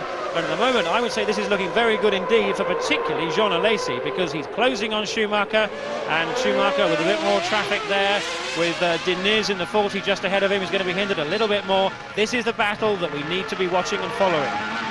And you can bet your life that Jean Alesi will only need a whiff of success to go for it even harder than he normally does. And there is no doubt about the fact that Schumacher is being held up at the moment at this part of the course where he can't get past Pedro Diniz, who's already been lapped in the 40 twice, who's shown the blue flag by the marshal, and that means that there's someone behind you who wants to get past Pedro Diniz from Brazil, and he's still holding the inside line at Saint-Devote. It looks as though Schumacher's not going to get through there. Now, is Alesi any closer? Indeed he is. Alesi has closed the gap by 7.7 seconds. He's closing up on Michael Schumacher, partly because of the probably because of the traffic situation, but whatever, Alesi has got the bit between his teeth. Schumacher leads on lap 32, Alesi is second, we're with Schumacher. Hill is third, but he's 25 seconds behind Alesi. I wonder if he's got some sort of a problem. Well, I don't think he has, because he's lapping quickly. He's just on 25.7, he's going well, but I suspect that Schumacher is really pushing as hard as he can now, because what Schumacher will want to do is to try and get into the pit and get out ahead of Damon Hill. At the moment, Schumacher is 7.5 seconds ahead of Alesi. Alesi's 25 ahead of Damon Hill there. So already it's looking as if a good slick pit stop by Benetton, and they are the past masters, could see Michael Schumacher coming out just ahead of Damon Hill. And it would be nice if we could have a look at the battle between Johnny Herbert and Gerhard Berger, who are 4th and 5th and very close indeed to each other. Yet again, Michael Schumacher goes through. He's reminding me of the mastery of the late and very great Ayrton Senna, who had this amazing ability to go longer, faster on worn tyres in the dry or on slick tyres in the wet before he changed than anybody else, as a result of which he won a lot of races through his consummate skill in that area. And that is exactly what Schumacher is doing now, but Alesi is matching him. Indeed, his last lap was 0.3 of a second faster. There is a Ferrari, and it is this is what I wanted to see. This is the battle between Johnny Herbert, 4th in the Benetton, and Gerhard Berger, 5th in the Ferrari. They're coming up to one of the Minardis, which inevitably will get in the way, and it may mean that Gerhard Berger can really attack Johnny Herbert. But Herbert is once again demonstrating that he has got a lot of skill, which we all knew, but that given the right car, he can finish well up. He was second in Spain, and he is in 4th position now. Schumacher, his team leader, is number 1 on the course, leading Alesi. 3rd is Hill, 4th is Herbert, 5th is Berger, and there they go, chasing the Minardi as they come down to the hairpin at Lowe's. Yes, that's Martini there ahead of Herbert, and this illustrates one of the problems with making 2 stops as opposed to 1. That's what Gerhard Berger has done, and he's come out of the pits. He's caught Johnny Herbert up relatively quickly, but Herbert, making just 1 stop, is lapping slower, but Berger can't find a way by. And it'll be very difficult, because Johnny Herbert is an extremely experienced driver. This is his 68th Grand Prix. He's had some very hard times, and he's not going to let the opportunity to finish in the points again escape him. Now, the smart thing to do for Benetton is to bring Herbert in now, because he's losing time there, running there behind Martini, and ahead of Martini is Morbidelli, ahead of Morbidelli is Bouillon. There's a lot of traffic there, and if they could manage to readjust their tank, their fuel flow, so they could bring Herbert in now, it would be certainly time-saving for them. And to underline what I was saying about the mastery of Michael Schumacher, you have just seen that he's made the that he's just made the fastest lap of the race, notwithstanding the fact that he's on his 34th lap. Herbert has got past the Minardi. Berger has not. We're with Damon Hill now. Let's see where he is. He's coming down to Lowe's corner, and he's 27 seconds behind Alesi, who is 8 seconds behind Schumacher, who leads the race, and Hill is 14 seconds ahead of Johnny Herbert, who is half a second ahead of Gerhard Berger, who is 44 seconds ahead of 6th place Mark Blundell. So Mark Blundell, on his return to the McLaren team, is in the points, as he was in the first race of the year in Brazil. Berger turns out of the Portier into the tunnel on his 35th lap. They come out of here at 160 miles an hour, believe it or not. Hard on the brakes for the chicane, which is 30 miles an hour at its slowest point. Coming towards us is Jean-Christophe Bouillon, who is in the Sauber, his first Grand Prix, 10th position. He's already been lapped once, and now he's been lapped twice. And one of the problems may well be at the moment that the Benetton team clearly will prioritise on Michael Schumacher. He would need to have the first chance to come in, and just maybe that's why they're not bringing Johnny Herbert in at this stage, because Schumacher must surely come in at the end of this lap or the next if he's going to make the one stop. There wouldn't be any real logic to staying out longer, although he's still got to his advantage a lot of clear space ahead of him and the ability to keep lapping without people being in your way. He was some 26 seconds of clear track before he came to Panis. It's a great opportunity for Schumacher to keep pulling out, punching in quick laps, and he's doing that very well indeed. Quite astounding. He's on his 35th lap now, and he is 8.3 seconds ahead of Jean Alesi, so he has increased the gap over the French Sicilian in the Ferrari. Schumacher climbs up the Beau Rivage, turns into Casino Square. We look back and we see a clear track, no sign of the Scarlet Ferrari, but Ferrari are 2nd and 5th. They are consolidating their reliability reputation, which they've earned the hard way in 1995. And at the midway point, there's 8.2 seconds in it. Alesi is 8.2 seconds behind Schumacher. And in the first day's qualifying, Alesi was quicker. So these cars have both got one pit stop to make within the next couple of laps. And the stop that Ferrari made for Berger was very, very good indeed. They've sharpened up their act on pit stops. We know that Benetton's is good. It's going to be vital for both these teams to do whatever they can to keep the stop sharp, because that could make a crucial difference. The tyre warmers are out at Benetton. We don't know whether it's for Herbert or for Schumacher. We expected Schumacher to be stopping first in Spain, but it turned out to be Johnny Herbert. And incidentally, we should not forget that both Alesi and Gerhard Berger, as Niki Lauda pointed out to us before the race began, are in their spare cars, not set up as well as their race cars. We're riding with Schumacher. Are we going to turn into the pit lane? Indeed we are. Now this is Michael Schumacher stopping, and I'm waiting to see whether Jean Alesi goes through in the lead in the Ferrari.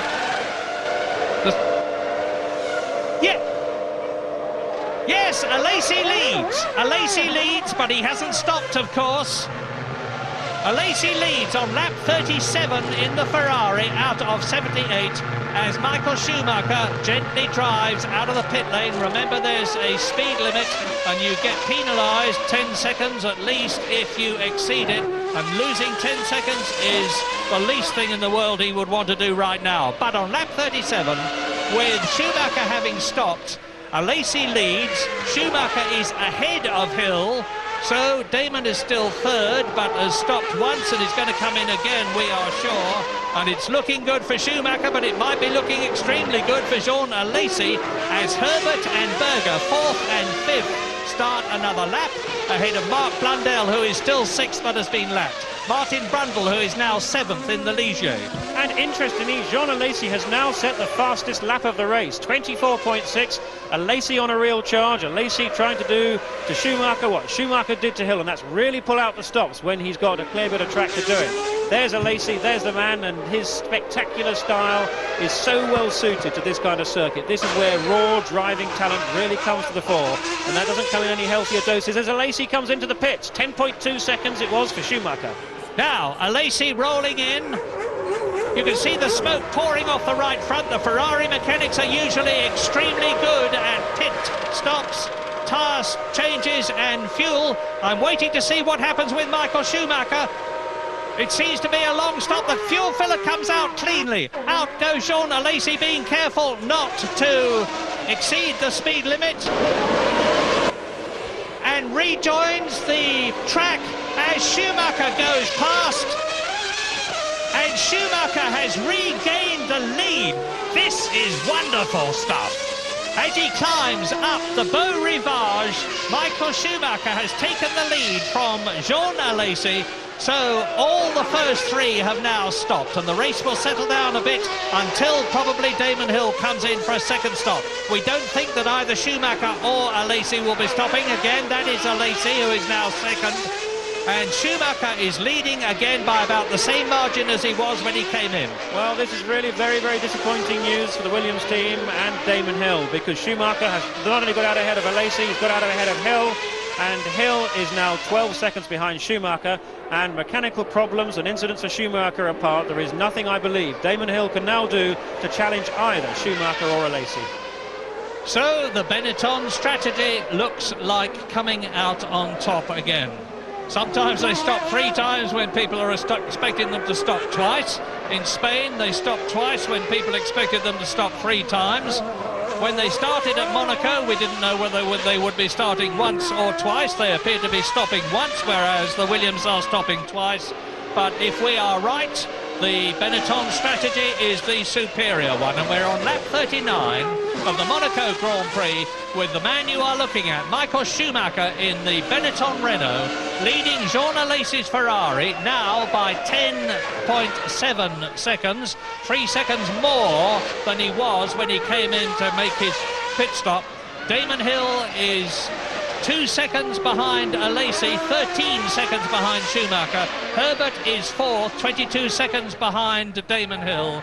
And Berger is 5th, with Mark Blundell still in 6th position. So, British drivers, Damon Hill 3rd, Johnny Herbert 4th, Mark Blundell is in 6th position. Martin Brundle is in 7th position. Herbert is indeed 4th now, but let's not forget that Herbert has yet to come in for his pit stop. He's the only one that hasn't, and when he's done that, that's going to put Herbert back behind Berger, but probably in front of Mark Blundell. But nevertheless, a very, very good drive here from Johnny Herbert.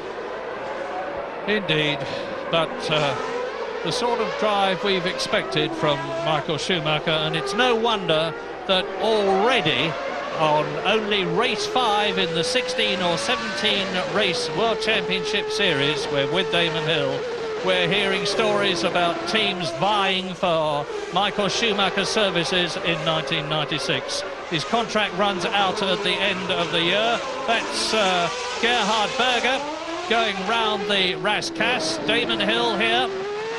That was Alesi, my apologies, and he is just 2 seconds now in front of Damon Hill. Now, this is the interesting of this. There is Alesi. Behind him is Morbidelli, who is 16th and been lapped 3 times. Now, there's Damon Hill. Alesi, Morbidelli, Damon Hill, who's being held up out of Casino Square, down to the Mirabeau.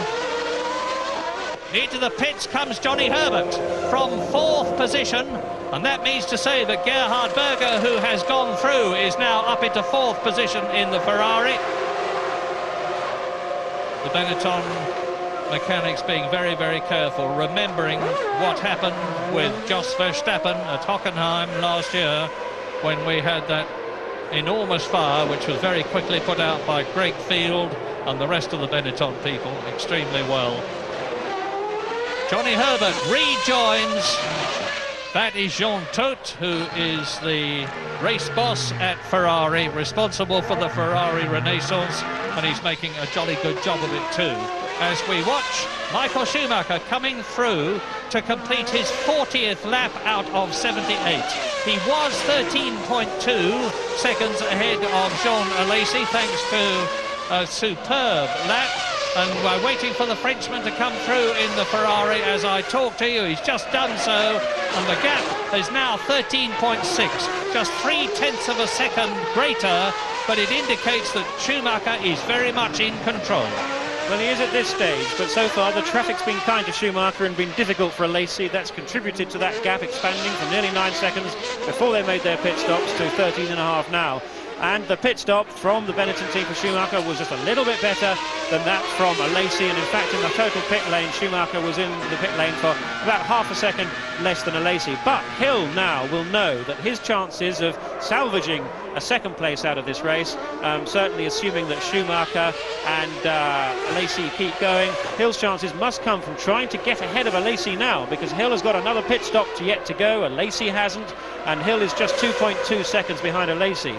Now Hill has got the lighter fuel load at this point. Alesi's car is pretty heavy, and we know from the fact that Alesi set the race fastest lap to date in the closing stages of his first stint when those tyres had done 35 laps. We know that the tyres shouldn't be a problem, and therefore Hill should be in a better state if only he can try and find a way by. Schumacher coming up to pass Mark Blundell again. He lapped him, of course, but then the pit stop situation changed it. I didn't mention, incidentally, one of the British drivers, Eddie Irvine, who's retired his Jordan Peugeot from the race, having hit something and broken a front wheel rim. Lap 42, 78 lap race.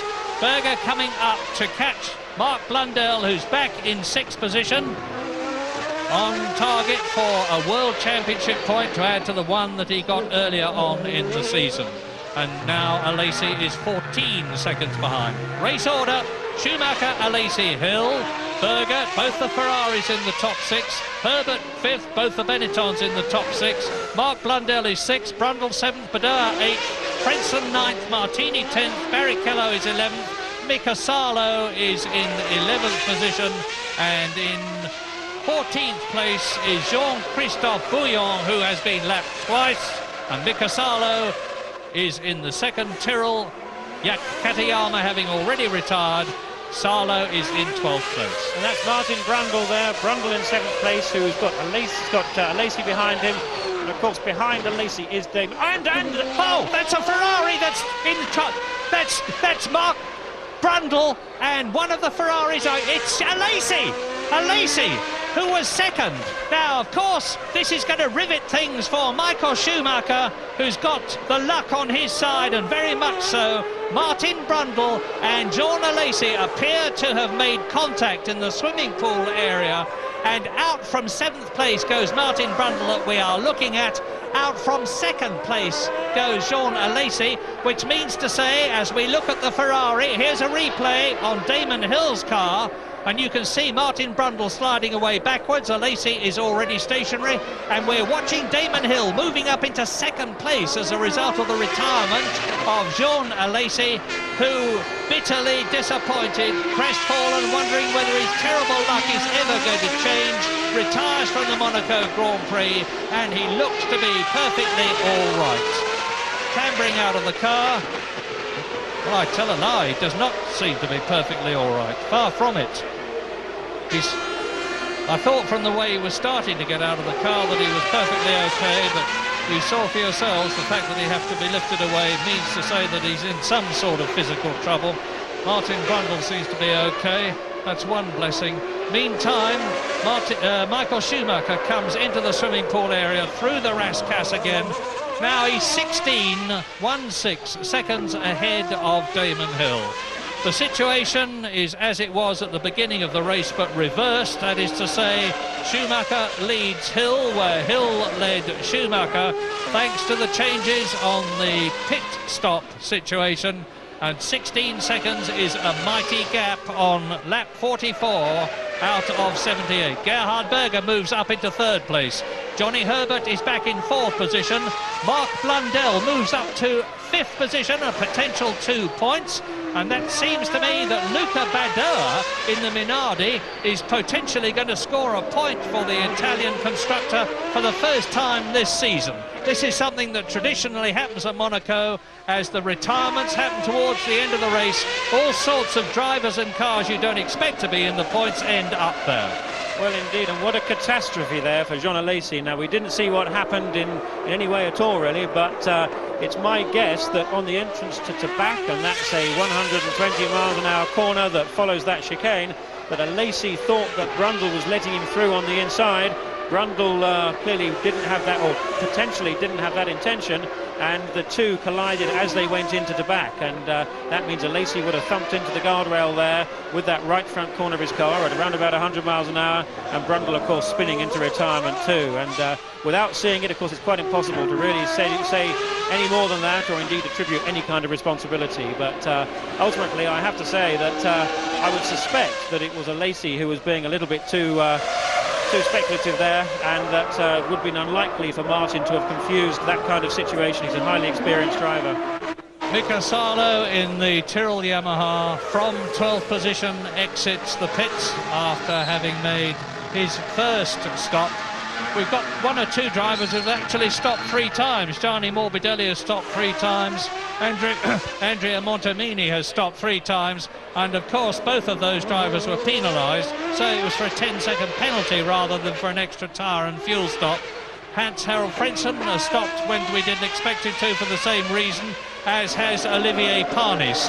But now all the top 6 drivers have made 1 tyre and fuel stop, they being on lap 45. This man, Michael Schumacher, leading Damon Hill by 16 seconds and lapping on his last lap just 1/10 of a second quicker than the Englishman. Gerhard Berger is 44 seconds behind the Benetton. Johnny Herbert is 74 seconds. That's very nearly a full lap behind Michael Schumacher. Blundell in 5th position has been lapped. Badeur in 6th place has been lapped. Heinz-Harald Frentzen is in 7th position, and out of the track turns Bertrand Gachot from 13th position in the Pacific, and they are having a pretty torrid season, mainly because of gearbox problems. But Gachot joins the retirements. At the present moment, we have got 15 drivers left out of the 26 who started. We're on lap 46. And Schumacher has very slightly backed off his pace now, quite sensibly, knowing that he's free from any challenge from Jean Alesi. He's got Damon Hill now 15.5 seconds behind him, but Damon will surely be coming in for his second pit stop in about 5 laps' time. It's lap 45, lap 50 would be about the right time. We've got more pit stops, therefore, and a second pit stop for Damon Hill and Gerhard Berger. But Johnny Herbert in 4th place currently, like Schumacher, have completed their pit stop routine, so they're going to be driving to the flag, with Mark Blundell having to make a second stop too, and that's again going to be in about another 5 laps.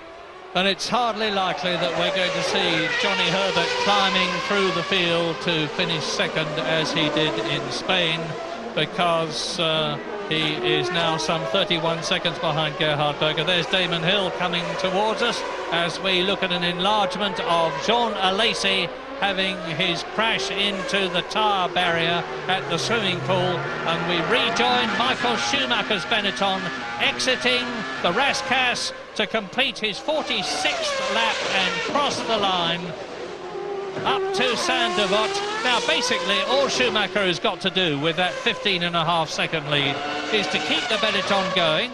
He's made his stop, which as far as we know is going to be his only stop. We've seen how supreme he is at driving on worn tyres, from the fact that he put up the fastest lap of the race on lap 34, but Alesi's gone quicker since then, and Schumacher's just basically got to keep going to score his 3rd victory of the race of the year out of 5 races. And there's no question about Schumacher being able to keep going. He is incredibly fit. Back again with Damon Hill. And Damon Hill there, 15.5 seconds behind Michael Schumacher. But once Hill comes in for that pit stop and comes out again, that's likely to be a gap of 45 seconds. Now, Gerhard Berger is also going to be moving back 30 seconds once he has a second stop. And that's going to put him right in the clutches of Johnny Herbert, providing Johnny can try and, in fact, pick up a bit of a pace. He's still running some 2 seconds slower than Berger at the moment over the last few laps, although that may have been traffic influenced. If Herbert can manage to pick up some pace, we could see a close battle between Berger and Herbert in the closing stages. But for Hill, I'm afraid it's all over, bar 2nd place, which again he'll be, I'm sure, quite pleased with in terms of points, but disappointed in following his pole position performance here. having to accept the fact that on this occasion, Benetton and Schumacher really have got it together with strategy and race performance.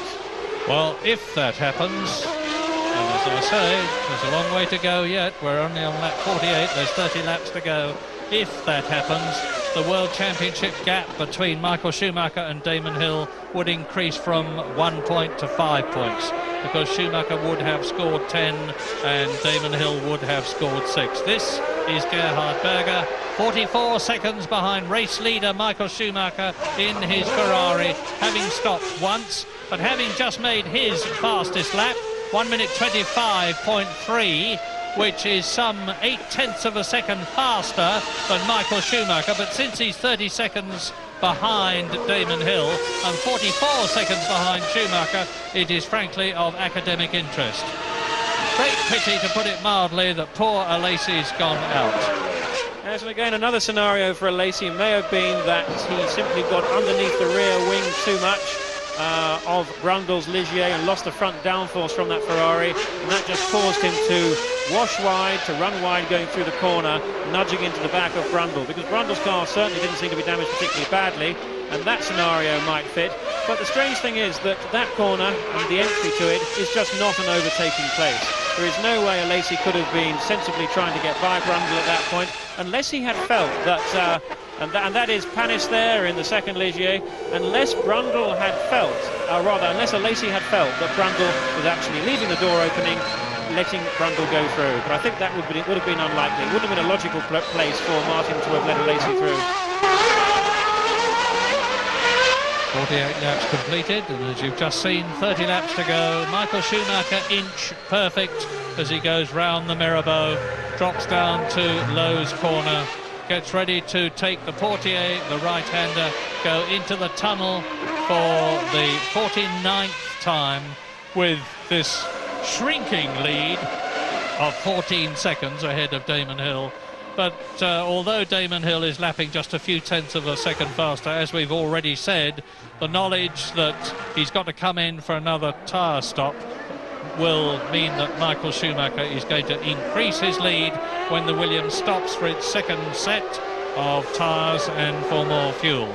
So Schumacher round the swimming pool, exits past the yacht chandlers on his right, down through the gears, brakes hard, turns in, out of the Rascasse, the end of lap 49 coming up, out he goes, his car sounding good, looking good, and Schumacher, as I say, more than capable of getting it to the finish in fine fettle. Now, as we hopefully follow Schumacher up the hill here towards Casino, have a look at the edge off the line. There are the marbles, the little chunks of rubber that line the circuit, off the line that the drivers are using.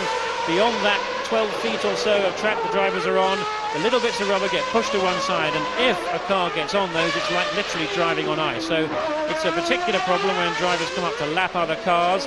The cars that are being lapped don't want to move offline onto the marbles, and of course the cars that are lapping too, they certainly don't want to get onto those marbles, because even if you manage to stay on the road and don't lose control, the tyre performance will have been degraded and the car will be perhaps, there you can see more on the right hand side behind the Armco in the tunnel. Phenomenal amounts. Now get that on your tyres, and it could take you 2 or 3 laps of lapping 2 or 3 full seconds slower to clean the tyres up and resume your previous level of pace.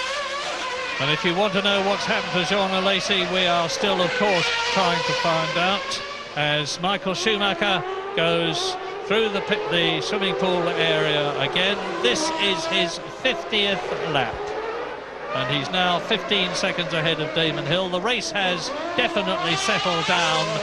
Benetton leads, Williams second, Ferrari is in third position, the second Benetton is in fourth position, and this means to say that the Benetton team, with Schumacher leading and Johnny Herbert in fourth position, are on a potential 13 points, whereas the Williams team are on a potential 6 points in the Constructors' Championship.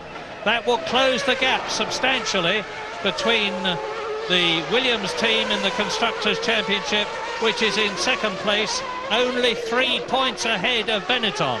And it's second pit stop time now. We're up to lap 50, and that means the ones that we're interested in, Damon Hill, he must surely come in the next lap or two for his second and final stop, and Gerhard Berger. And with Martin Brundle in the pits, Tony Jardine, what happened? Martin, I know you must be very upset, but firstly, are you okay? Yeah, I'm just fine, yeah. Tell us your version. What happened?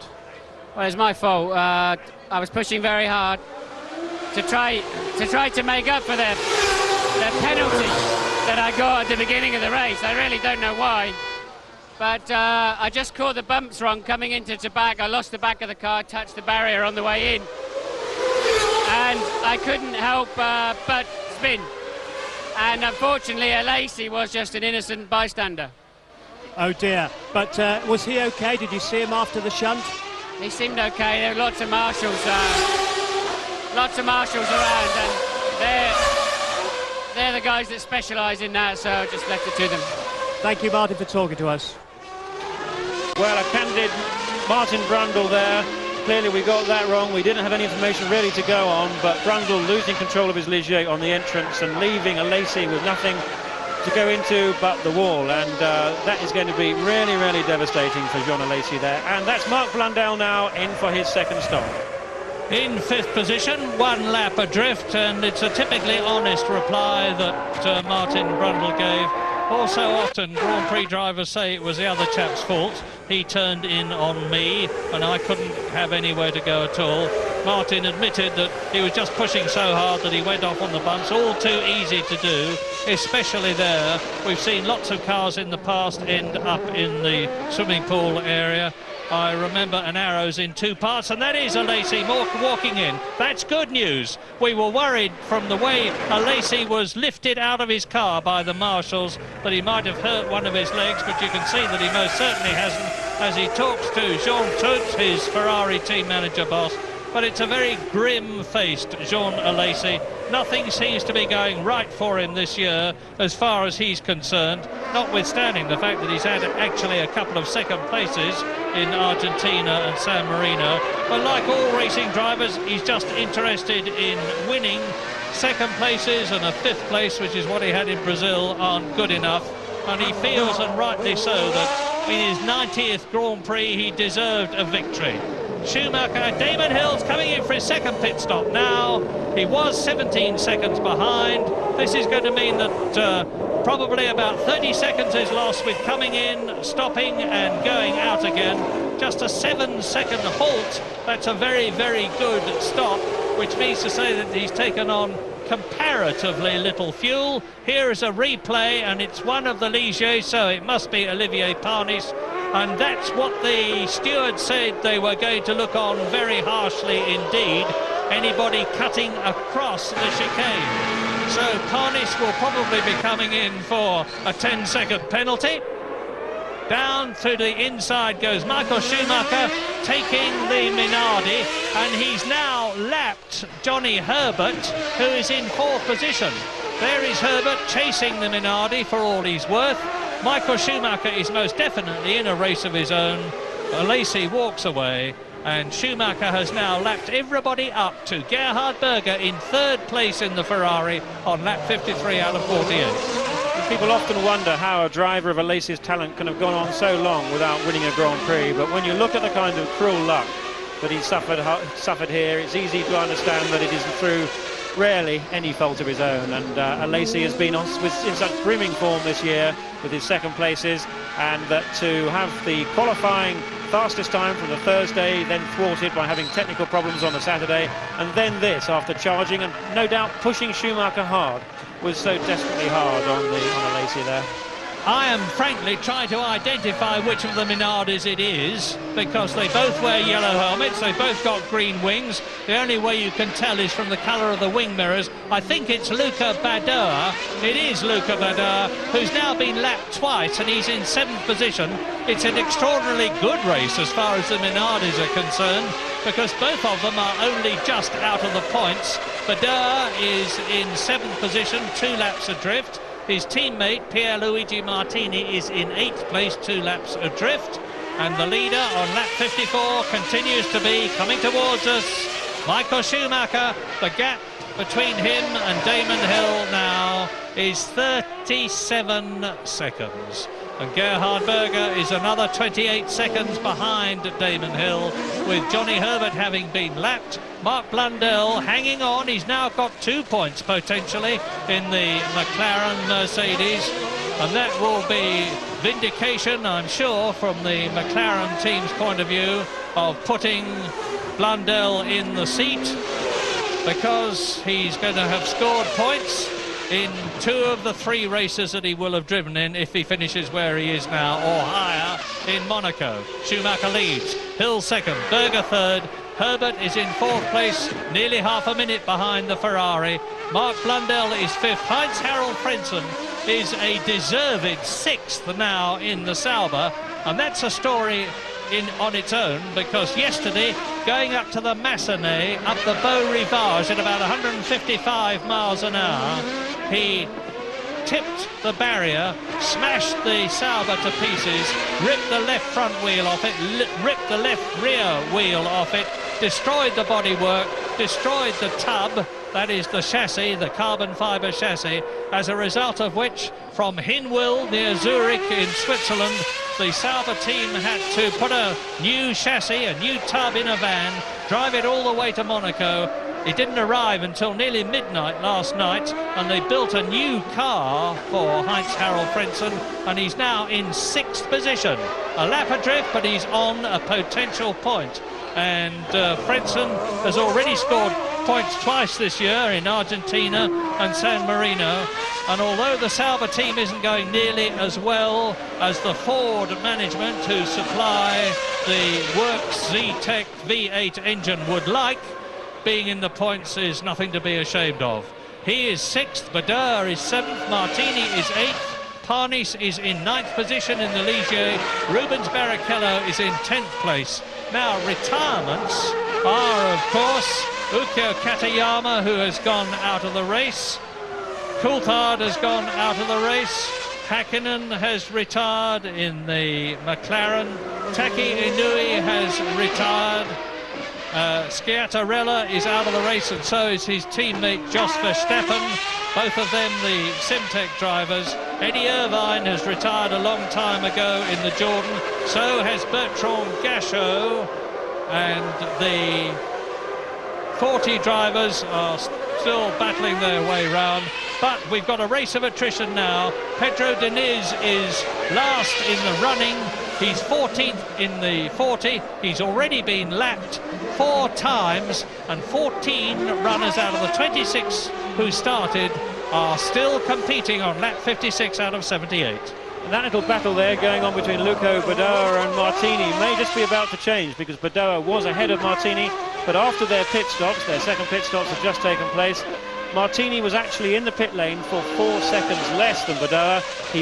Martini was 2.8 seconds behind, so that, by my reckoning, should put Martini ahead of Badauer. And that's going to be of great importance, because whilst it might not seem very important to us to see how well the Minardis are doing with Martini back in 10th place, to that team and to those drivers, that is desperately important for them to try and be quicker than each other, because as in any Grand Prix team, one's biggest adversary as a driver is one's own teammate, because he's the only person that the media, the public, that anybody else knows has got the same level of equipment as the driver. Damon Hill, who we are watching, can only hope that some mechanical fault develops in Michael Schumacher's Benetton Renault, which is very unlikely. They are extremely reliable, because now on lap 57 out of 78, although he's done his 2 tyre and fuel stops, he's 34 seconds behind Schumacher, lapping to within a tenth of a second or so in the same time as Schumacher ahead of him, and therefore not gaining at all.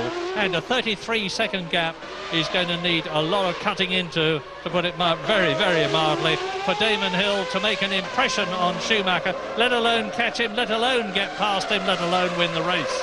Well, 6 points are going to be of value to Damon Hill, clearly, for his championship aspirations. But I think Damon's going to be a bit disillusioned inside his Williams there. I'm quite sure that when he saw Schumacher pushing him hard in the early stages, he at least thought that Schumacher was on the same two-stop strategy as Damon. And when Damon came in and Schumacher kept going on and on and on, as happened in Spain, I'm sure that Hill could not quite believe just how quickly that Benetton was going, with a fuel load that must have been probably around about 20 kilos, and that's maybe half a second, 7/10 of a second a lap different. So I think there's going to be a bit of head scratching there in the Williams camp. Their pit stop routine, though, as a ray of hope, that has improved, and that stop, that 7-second stop for Hill's second tyre stop, really was very good indeed. And this is the first race that Williams have had a new mechanism of wheel locking pin, and that this year the regulations have stated that you must have, apart from the actual wheel nut, a locking pin to prevent wheels coming off the car.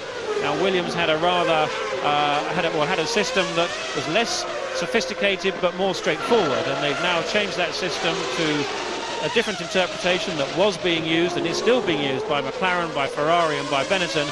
And the fact that they were using an older, simpler system was penalising them by perhaps half a second per pit stop.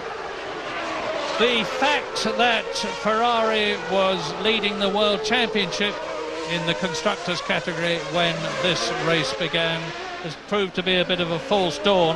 Benetton are again the car of the year thus far, and if Johnny Herbert, who is fourth, and Michael Schumacher, who is leading, stay where they are, in comparison Gerhard Berger, the only Ferrari runner, it will mean that the Benetton team will leapfrog to the leadership of the Constructors' Championship, past Williams and past Ferrari. And I think they're going to need a lot of catching if they do that, because they've now got something that they haven't had before: two strong drivers. No one needs telling how good Michael Schumacher is, but with the exception of Martin Brundle, none of the Benetton number 2 drivers have been able to match Michael Schumacher for various reasons. JJ Leto had a physical problem to cope with last year. Riccardo Patrese was at the end of his career. But now Johnny Herbert is getting better and better. Not good enough in comparison with Michael Schumacher, but Johnny is still working on the perfection of the setup of his Benetton. But he's in the points. He's in the points again in 4th position.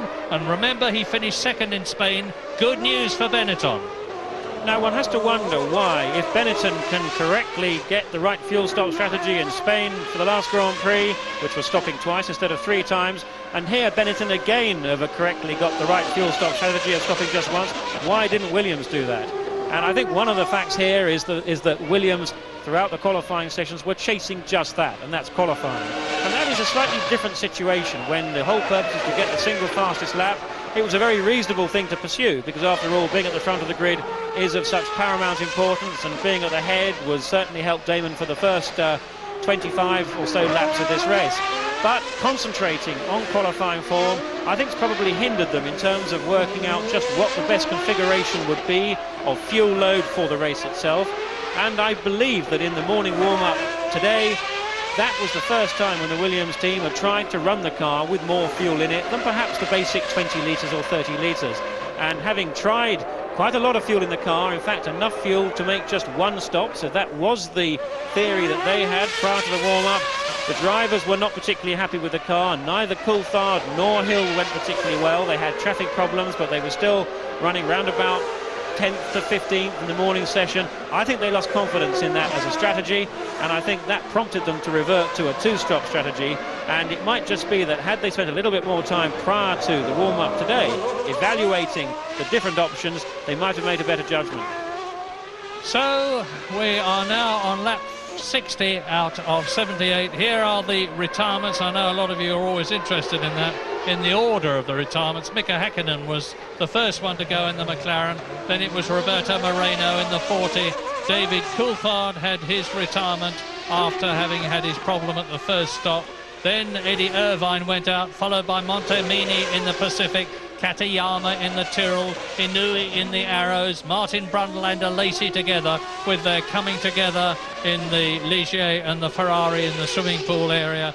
Bertrand Gachot retired the second Pacific, whose awful season continues. A much better car than last year, but their season isn't going very much better. Neither of the Simtek started the second time, incidentally. Those were the two missing drivers, and there are still 14 drivers left. Deniz is last in the 14th, 5 laps adrift. Schumacher still leads, and he's 36 seconds ahead of Damon Hill. And as we look at Mark Blundell in the sole surviving McLaren, we really ought to consider the issue, of course, of Nigel Mansell and the fact that he's not here for this Grand Prix.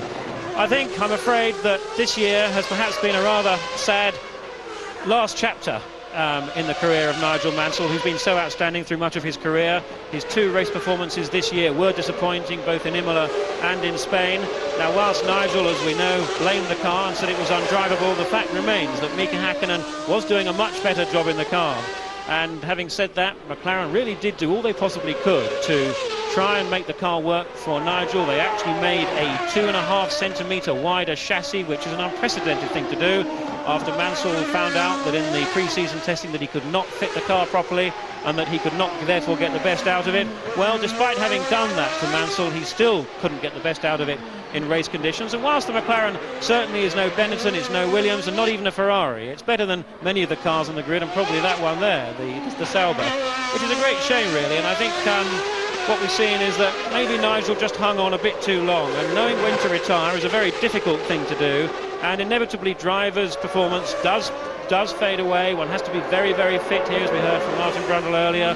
Formula One cars are not getting any easier to drive, and whilst Nigel last year in Williams showed quite a number of times that he really was very quick indeed. He was on pole position at Adelaide, we shouldn't forget, 7/10 of a second quicker than Damon Hill. Despite the fact he won the race there, he really didn't have quite the consistent race pace of the front runners these days. And I'm just very sorry that Nigel didn't actually retire in Australia and came on for another year this year, and it does just perhaps indicate that money alone is not sufficient to really motivate somebody.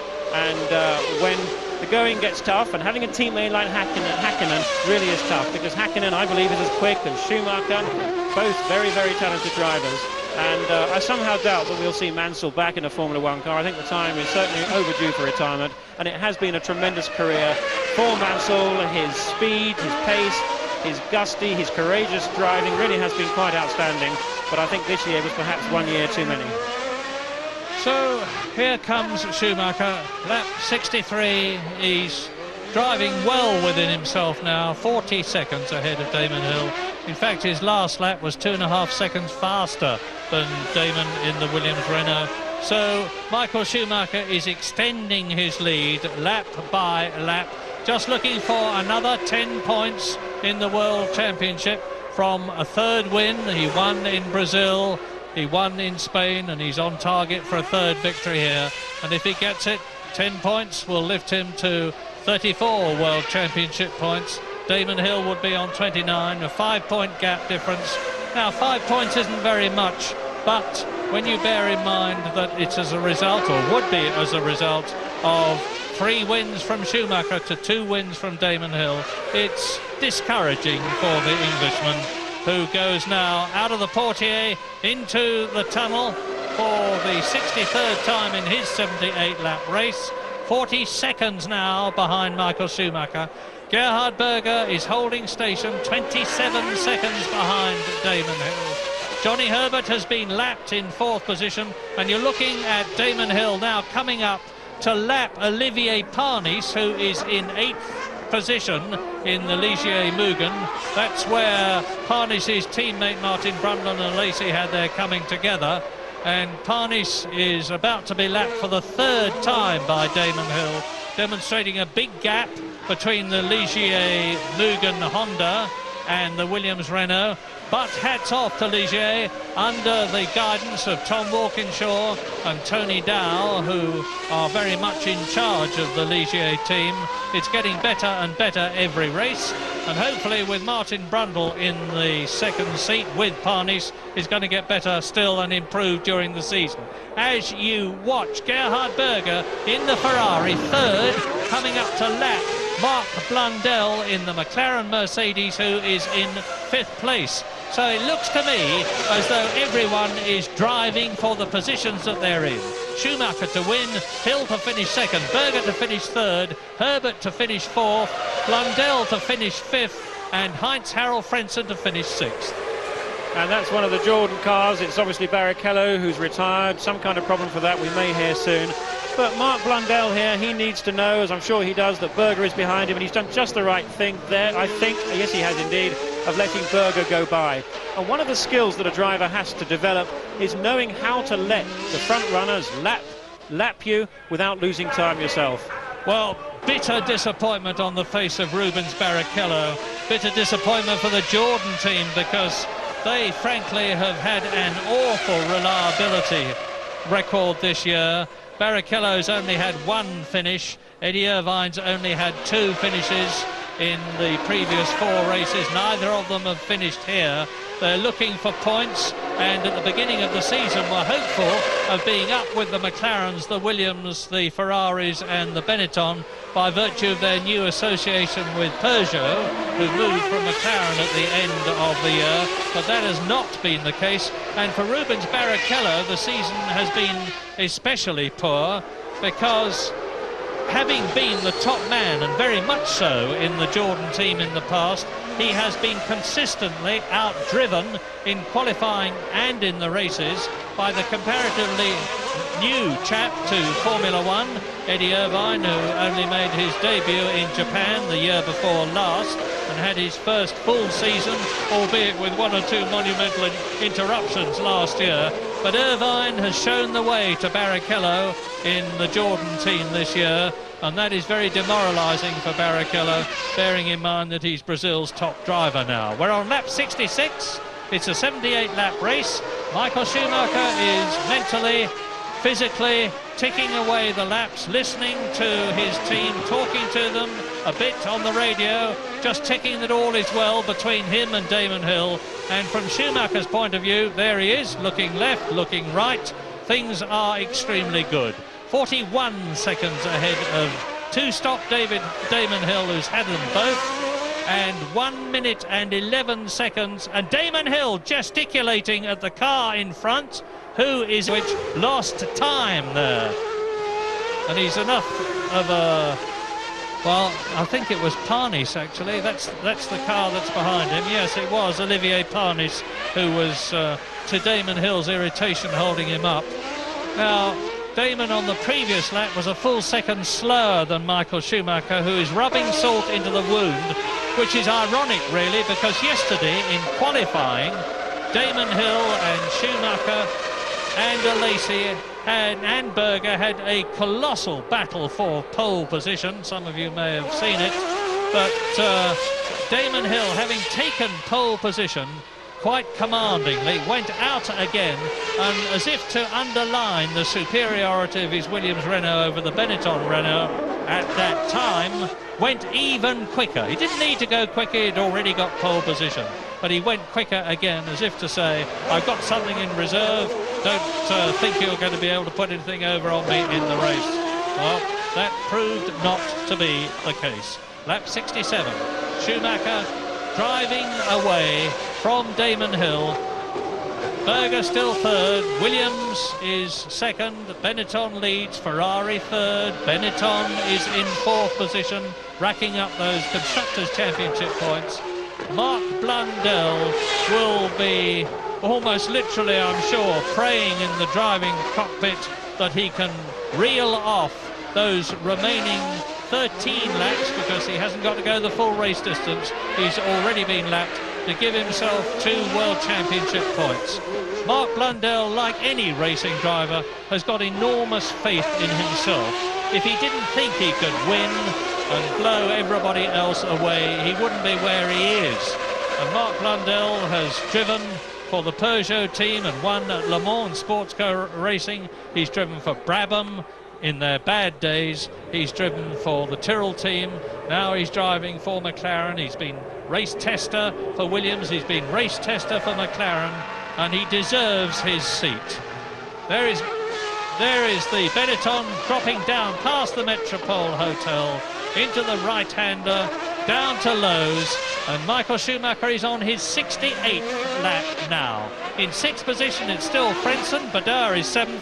Parnis is 8th. Martini is 9th. Bouillon in his first Grand Prix for Sauber or anybody else is 10th. Vicasalo is 11th. And the remaining 3 runners are Morbidelli, Diniz, and Morbidelli and Diniz because Barrichello is out. Well, Vicasalo was 11th, but I think he'll be dropping down the order fairly quickly because we've just caught a glimpse of Salo in the Tyrrell coming into the pit lane there. Of course, the only one running after Katayama spun off, and that looks like retirement from some point of view. There he is, Mika Salo, the Finn, really done very well indeed this year. He's out-qualified his teammate Katayama at every Grand Prix bar this one, and that was understandable because here was Salo's first time. And that is Panis out in the Ligier. That's the second Ligier out there now, having hit the wall. You can see the left front wheel having been pushed back there, and that is coming out of Casino. That would have been a fast accident. That's 120 miles an hour in the middle of that corner, and he may have lost perhaps 20 miles an hour. He probably hit the wall, and in fact those black objects that he hit were plastic containers half filled with water as one of the crushable structures that they have around the circuit here at Monaco. Now we should get a glimpse of it. It's just round this left-hand corner. We should see some yellow flags any minute, and there is Panis's car on the left as we now go down to the Mirabeau, the next corner there. I said when this race began I'd be surprised if more than 12 cars finished it. It looks as though it's going to be a prophecy that's come true. But if you're wondering why the Monaco Grand Prix, having just joined it, is running half an hour after you expected it to have been finished, as you look at Olivier Panis, the answer is that when the race originally started, there was a terrific coming together, as so very often happens at Saint-Devote, the first corner, between David Coulthard and the 2 Ferraris of Jean Alesi and Gerhard Berger, as a result of which their 3 cars were wiped out. The 2 Ferrari drivers had to run back and get into their spare cars, and they were lucky they both had one by virtue of the fact that Ferrari had bought 4 cars to Monaco. David Coulthard had to get into Damon Hill's car, which had been set up for Hill. That's Parnis's Ligier, and David Coulthard subsequently retired, and of course the race had to be reformed, the cars had to be removed. That's why it's running late. We're on lap 69 out of 78 with Schumacher driving round for his 3rd victory of the year, and he's still 40 seconds ahead of Damon Hill. Now, I must admit, last year I was a great fan of Olivier Panis. It was his first year in Formula 1. He was a former Formula 3000 champion. And this year, though, he really hasn't performed as well at all. He should have been going better. He should have been leading the Ligier team. The second Ligier drive is being alternately taken with Aguri Suzuki and Martin Brundle. And whilst Panis expectedly was quicker than Suzuki, Brundle has really turned that around. And in the 2 races that Brundle has done, he's out-qualified Panis on both accounts. And here was somewhere almost Panis' home circuit where one would have expected better of the Frenchman. But of course in the race itself, Martin made that very rare error, and causing Alesi, Berger, their teammate, to retire from what was one of the most promising races for Alesi and perhaps his best chance to win for a long time. But it looks like Panis is going to have to work a bit harder because his stock value has undoubtedly gone down this year, and for every driver, how they compare again to their teammate is just so fundamentally important. And when it comes to end of season or even mid-season negotiating times, this will be borne in mind heavily, and people will not be so keen on Panis now. 8 laps to go, including the one that they are on. Well, they're just finishing it because Michael Schumacher is coming through shortly to complete his 70th lap. There's Berger climbing up the hill towards Casino Square, and Schumacher has just gone through, having lapped everybody up to Berger, and he may even lap Gerhard Berger before this race is finished. 8 laps to go. He's going to close up on the Ferrari, no, without a shadow of doubt. But whether he will bother to try to get past Gerhard Berger remains to be seen. I'm quite sure that Gerhard, being the experienced and gentlemanly driver that he is, would let Schumacher through. There wouldn't be a great battle with anybody trying to prove anything.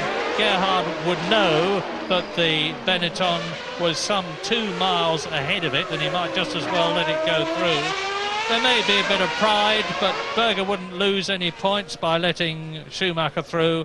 There's, as we move up, Olivier Panis ruefully regarding the remains of his Ligier. Left front wheel, suspension completely shattered. That is Schumacher. This is his 71st lap. Still 40 seconds ahead of Damon Hill, who is settling for second. as Berger is settling for third, as Herbert is settling for fourth, as Blundell is very thankfully, joyfully settling for fifth and 2 points, as Frenson is settling for sixth and 1 point, Badeur seventh, Martini eighth. It looks as though both the Minardis are going to finish. Bouillon is in ninth position, excellent in his first Grand Prix at as demanding a place as Monaco, where he finished seventh in a Formula 3 race in the past. Gianni Morbidelli is in 10th position. Pedro Diniz is in 11th place, and those are the only 11 runners left. Is this a replay? It is, and there is the Minardi losing it as Damon Hill goes through. Well, I think that Minardi, and I think that's Luco Badeur, has got some kind of a problem, because the way that it fishtailed around was rather suggestive of some kind of suspension failure or something certainly coming loose on the car, because it wasn't a characteristic slide. A normal slide is relatively easy, even at that point, for drivers of this calibre to actually control. But now Schumacher and Hill are now reeling off the laps with just 7 laps to go, and this is the time when, of course, fingers are crossed everywhere. They're crossing the pit lane in the cars. Damon Hill having that problem with the hydraulics of his car on the very last lap of the Spanish Grand Prix 2 weeks ago, dropping him back from second to fourth. I'm sure that thought hasn't escaped him, and this year one has to say that Benetton's reliability really has been exemplary. Now that they've got the Renault engine sorted out, they seem to have found the pace, certainly when it matters in the racing, and it looks like Williams have got a bit more work to do yet to both get the cars on the pace in race configuration and also to get the reliability with, of course, Coulthard's gearbox problem. But for Schumacher, he just now needs to be neat and precise. He doesn't need to push particularly hard, and when a driver backs off 2 or 3 seconds a lap, and that's what Schumacher's doing now, he's lapping, well, he was lapping in the 28s, he's just now lapped in the 26s, 26.6 for Schumacher. The fastest lap so far is in the 24, so he's a couple of seconds off what he might otherwise do. He doesn't need to push too hard, but he doesn't need to back off too much either, because backing off too much can lose the concentration, lose the driver's rhythm, and once a driver backs off by just 1 second a lap, or 2 seconds a lap at the most, that's enough for him to be feeling as if he's driving hugely inside his limits. He will not feel that he's pushing hard at all, running just 2 seconds a lap slower, and yet 2 seconds a lap slower is probably an average speed of just about 2 miles an hour less. Luca Badeur has retired, whatever the problem was that gave him that heart-stopping moment exiting Casino Square, where the really good drivers literally do kiss the barrier with their left rear tyre, and they're doing about well over 100 miles an hour as they exit the Casino Square. So Badeur is right out. There's just 11 drivers left now.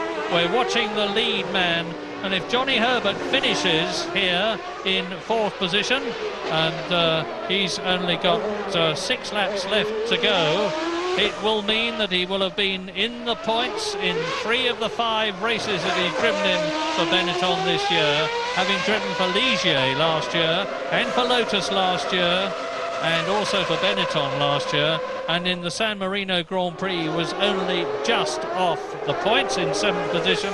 So Johnny Herbert is well and truly arriving this year, and deservedly so. That's Damon Hill, 43 seconds behind now. And what you have to do at this stage of the race, whoever you are and wherever you are, is to make sure that you don't lose your concentration, don't lose your rhythm. Even if you've decided that you're going to settle for the position that you are in, you must not slacken off your speed so much that you go off the course and hit a barrier and out of the race. Now, in some ways, this race is very reminiscent of that a year ago when Schumacher won and Berger was third, and that's what we've got here now. But one name that is different is Frenson back there in 6th place, and I think he's done a particularly good job here this weekend. Frenson did not actually race here last year when his teammate Carl Wendlinger had that dreadful accident which left him comatose for 19 days, and the Sauber team withdrew Frenson. He's had a torrid time in qualifying, not helped by the fact that his new teammate Bouillon, and I think Sauber correctly have now replaced Wendlinger, who was clearly off the pace. He was some 2 or 3 seconds slower than Frenson, not having regained the form that he had originally. Bouillon, this French Formula 3000 driver, has taken over. He hasn't been particularly quick here, and he's had incidents, but we shouldn't judge him too early. He'll need quite a few races to get into the swing of things, and I think he will go very well, because in testing with Williams, he was not far off the pace of Damon Hill and Coulthard. So good promise to come from Bouillon. But Frentzen has had a lot of problems. We saw it at the start of this race when he had to take over the spare car.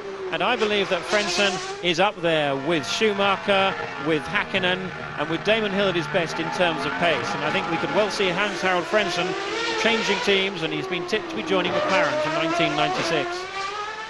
There is Michael Schumacher, lap 75, 4 laps to go, including the one that he's on, between him and his third victory of the year. A commanding and dominating performance indeed. He's 43 seconds ahead of Damon Hill now, and to give you an indication of how the drivers are just driving for their places, Hill is 43 seconds behind Schumacher, Berger is 35 seconds behind Hill, Herbert is 45 seconds behind Berger, and of course has been lapped. Blundell is 50 seconds behind Herbert, and Heinz-Harald Frentzen is 16 seconds behind Blundell. So there's nothing even remotely like a race to decide a position in the top 6 in the Monaco Grand Prix at the moment. Reliability for the car and consistency for the driver are the names of the game now. And as when we have another close-up view of the front of Schumacher's car, look at the amount of muck and dirt above his visor and on the frontal aspects of the car. It's like the front of the leading edge of the front wings. And that is the kind of level of dirt that would have been over that visor had he not had the rip-off to pull off. He'll still have part of it on there. And at this sort of time, it's easy to forget the fact that we have a good view of what's going on, but Schumacher's view will probably not be too good inside the car. The chances are this set of tyres are vibrating slightly from having picked up a little bit of debris around the place. The environment inside the car is going to be hot, sticky, vibrating with poor vision, and it's easy to forget that when we look at it now, with him apparently serenely sailing on to this surely victory. Only 3 drivers have won the Monaco Grand Prix in the last 11 years. Alain Prost, Ayrton Senna and Michael Schumacher, who won last year and who looks as though he's going to make it 2 in a row, because he's on lap 76 now as he goes round the chicane on the comparatively new part of the circuit, compared with the old days when the Mercedes-Benz, the Auto Unions, the Maseratis and the Alfa Romeos used to race here. And Michael Schumacher's just got to go lap 77, lap 78 after this one, and it's going to be 2 wins in a row for Monaco, for him. He lives in Monaco. That doesn't mean to say that you know the circuit any better, but it's nice always to win at home, and Schumacher certainly regards Monaco as his second home.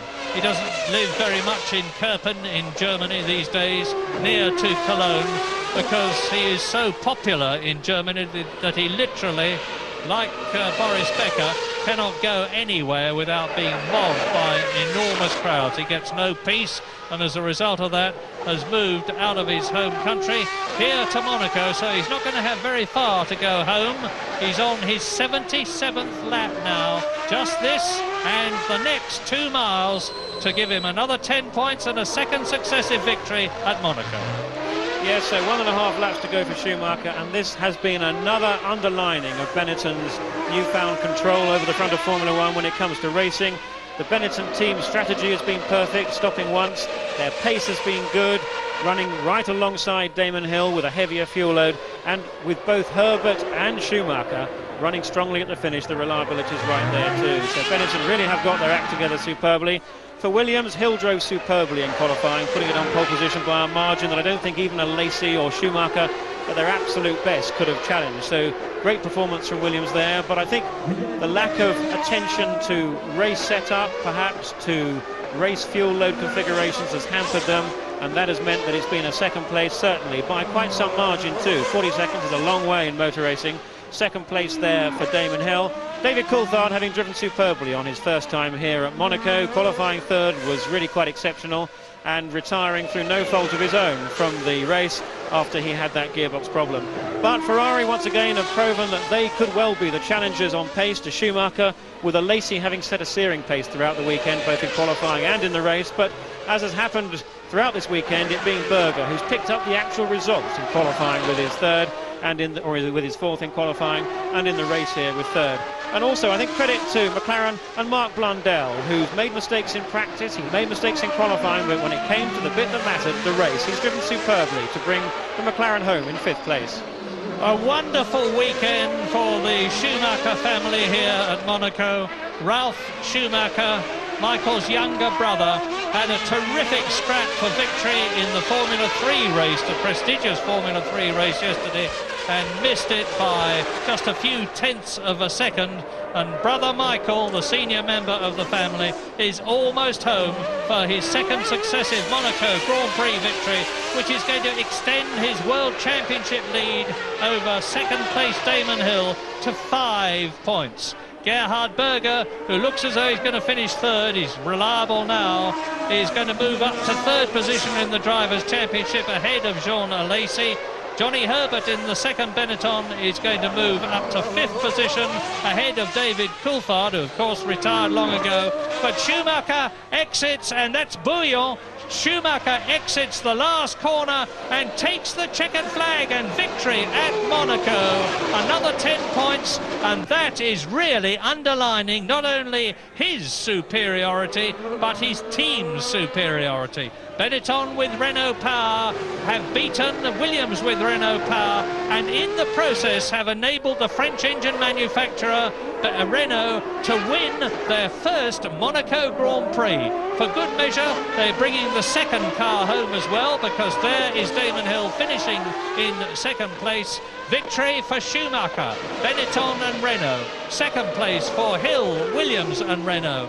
Third position, and he's a long way back, 38 seconds back. Here he is, Gerhard Berger, turning out of the Tabac into the swimming pool, or in the swimming pool surround, down to the Rascasse to come home in third position on the podium again, as he has been so many times this year.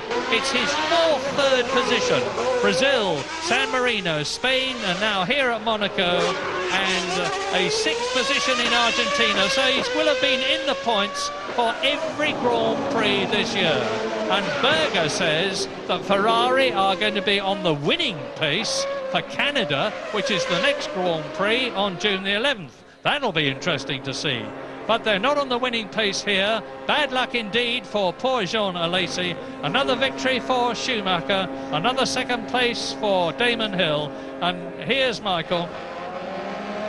It's supremely happy, Michael, shaking the fist of victory, waving his hand to the crowd.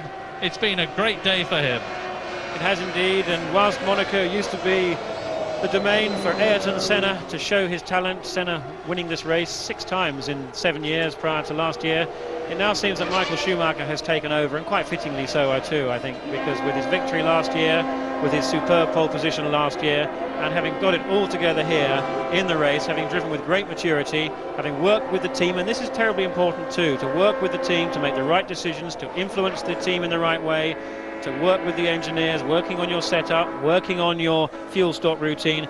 It takes a very rounded level of skill, and all of these things are important, and the results of all of that, getting it right, can be seen there. As I forecast, Benetton have leapfrogged Williams and Ferrari in the Constructors' Championship. It's a Benetton driver who has increased his lead in the Drivers' Championship, and it's Michael Schumacher together with Johnny Herbert who have enabled the Benetton team to move from third to first in the Constructors' Championship. They're now 4 points ahead of Williams, who are 1 point ahead of Ferrari. 5 points between first and third. It's pretty close. And here is the traditional scene as the winner of the Monaco Grand Prix comes up to the gendarmes. It's not traditional for him to be greeted by Flavio Briatore, except last year, of course. And the Italian boss of the Benetton team is understandably euphoric at the success of his young German team leader. He's only 24, Michael Schumacher. And now he will be out of the car into the royal box to receive the winning trophy.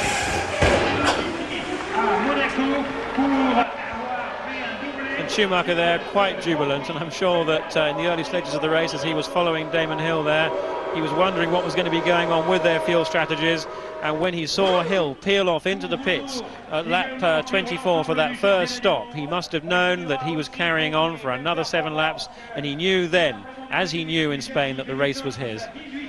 A very weary and, to me, dejected looking Damon Hill. climbs out of the Williams. I mean, second place at Monaco is a stupendous achievement, but as I said before, if you're a racing driver, and particularly a Formula One racing driver, nothing less than victory, 10 points, a win will do. Gerhard Berger in the background.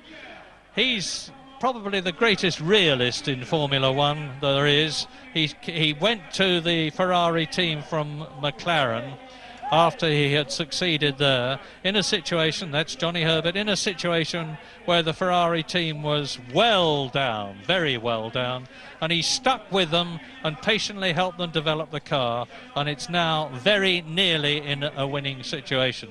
Not up to Benetton, not up to Williams, but not far behind, and he's forecasting victory in the not so distant future. Schumacher. Well, I wonder if this is the sign of the superiority which is going to mean a second World Championship. There's His Serene Highness Prince Rainier. The trophy to Michael Schumacher. The cheers from the crowd. And the German national anthem.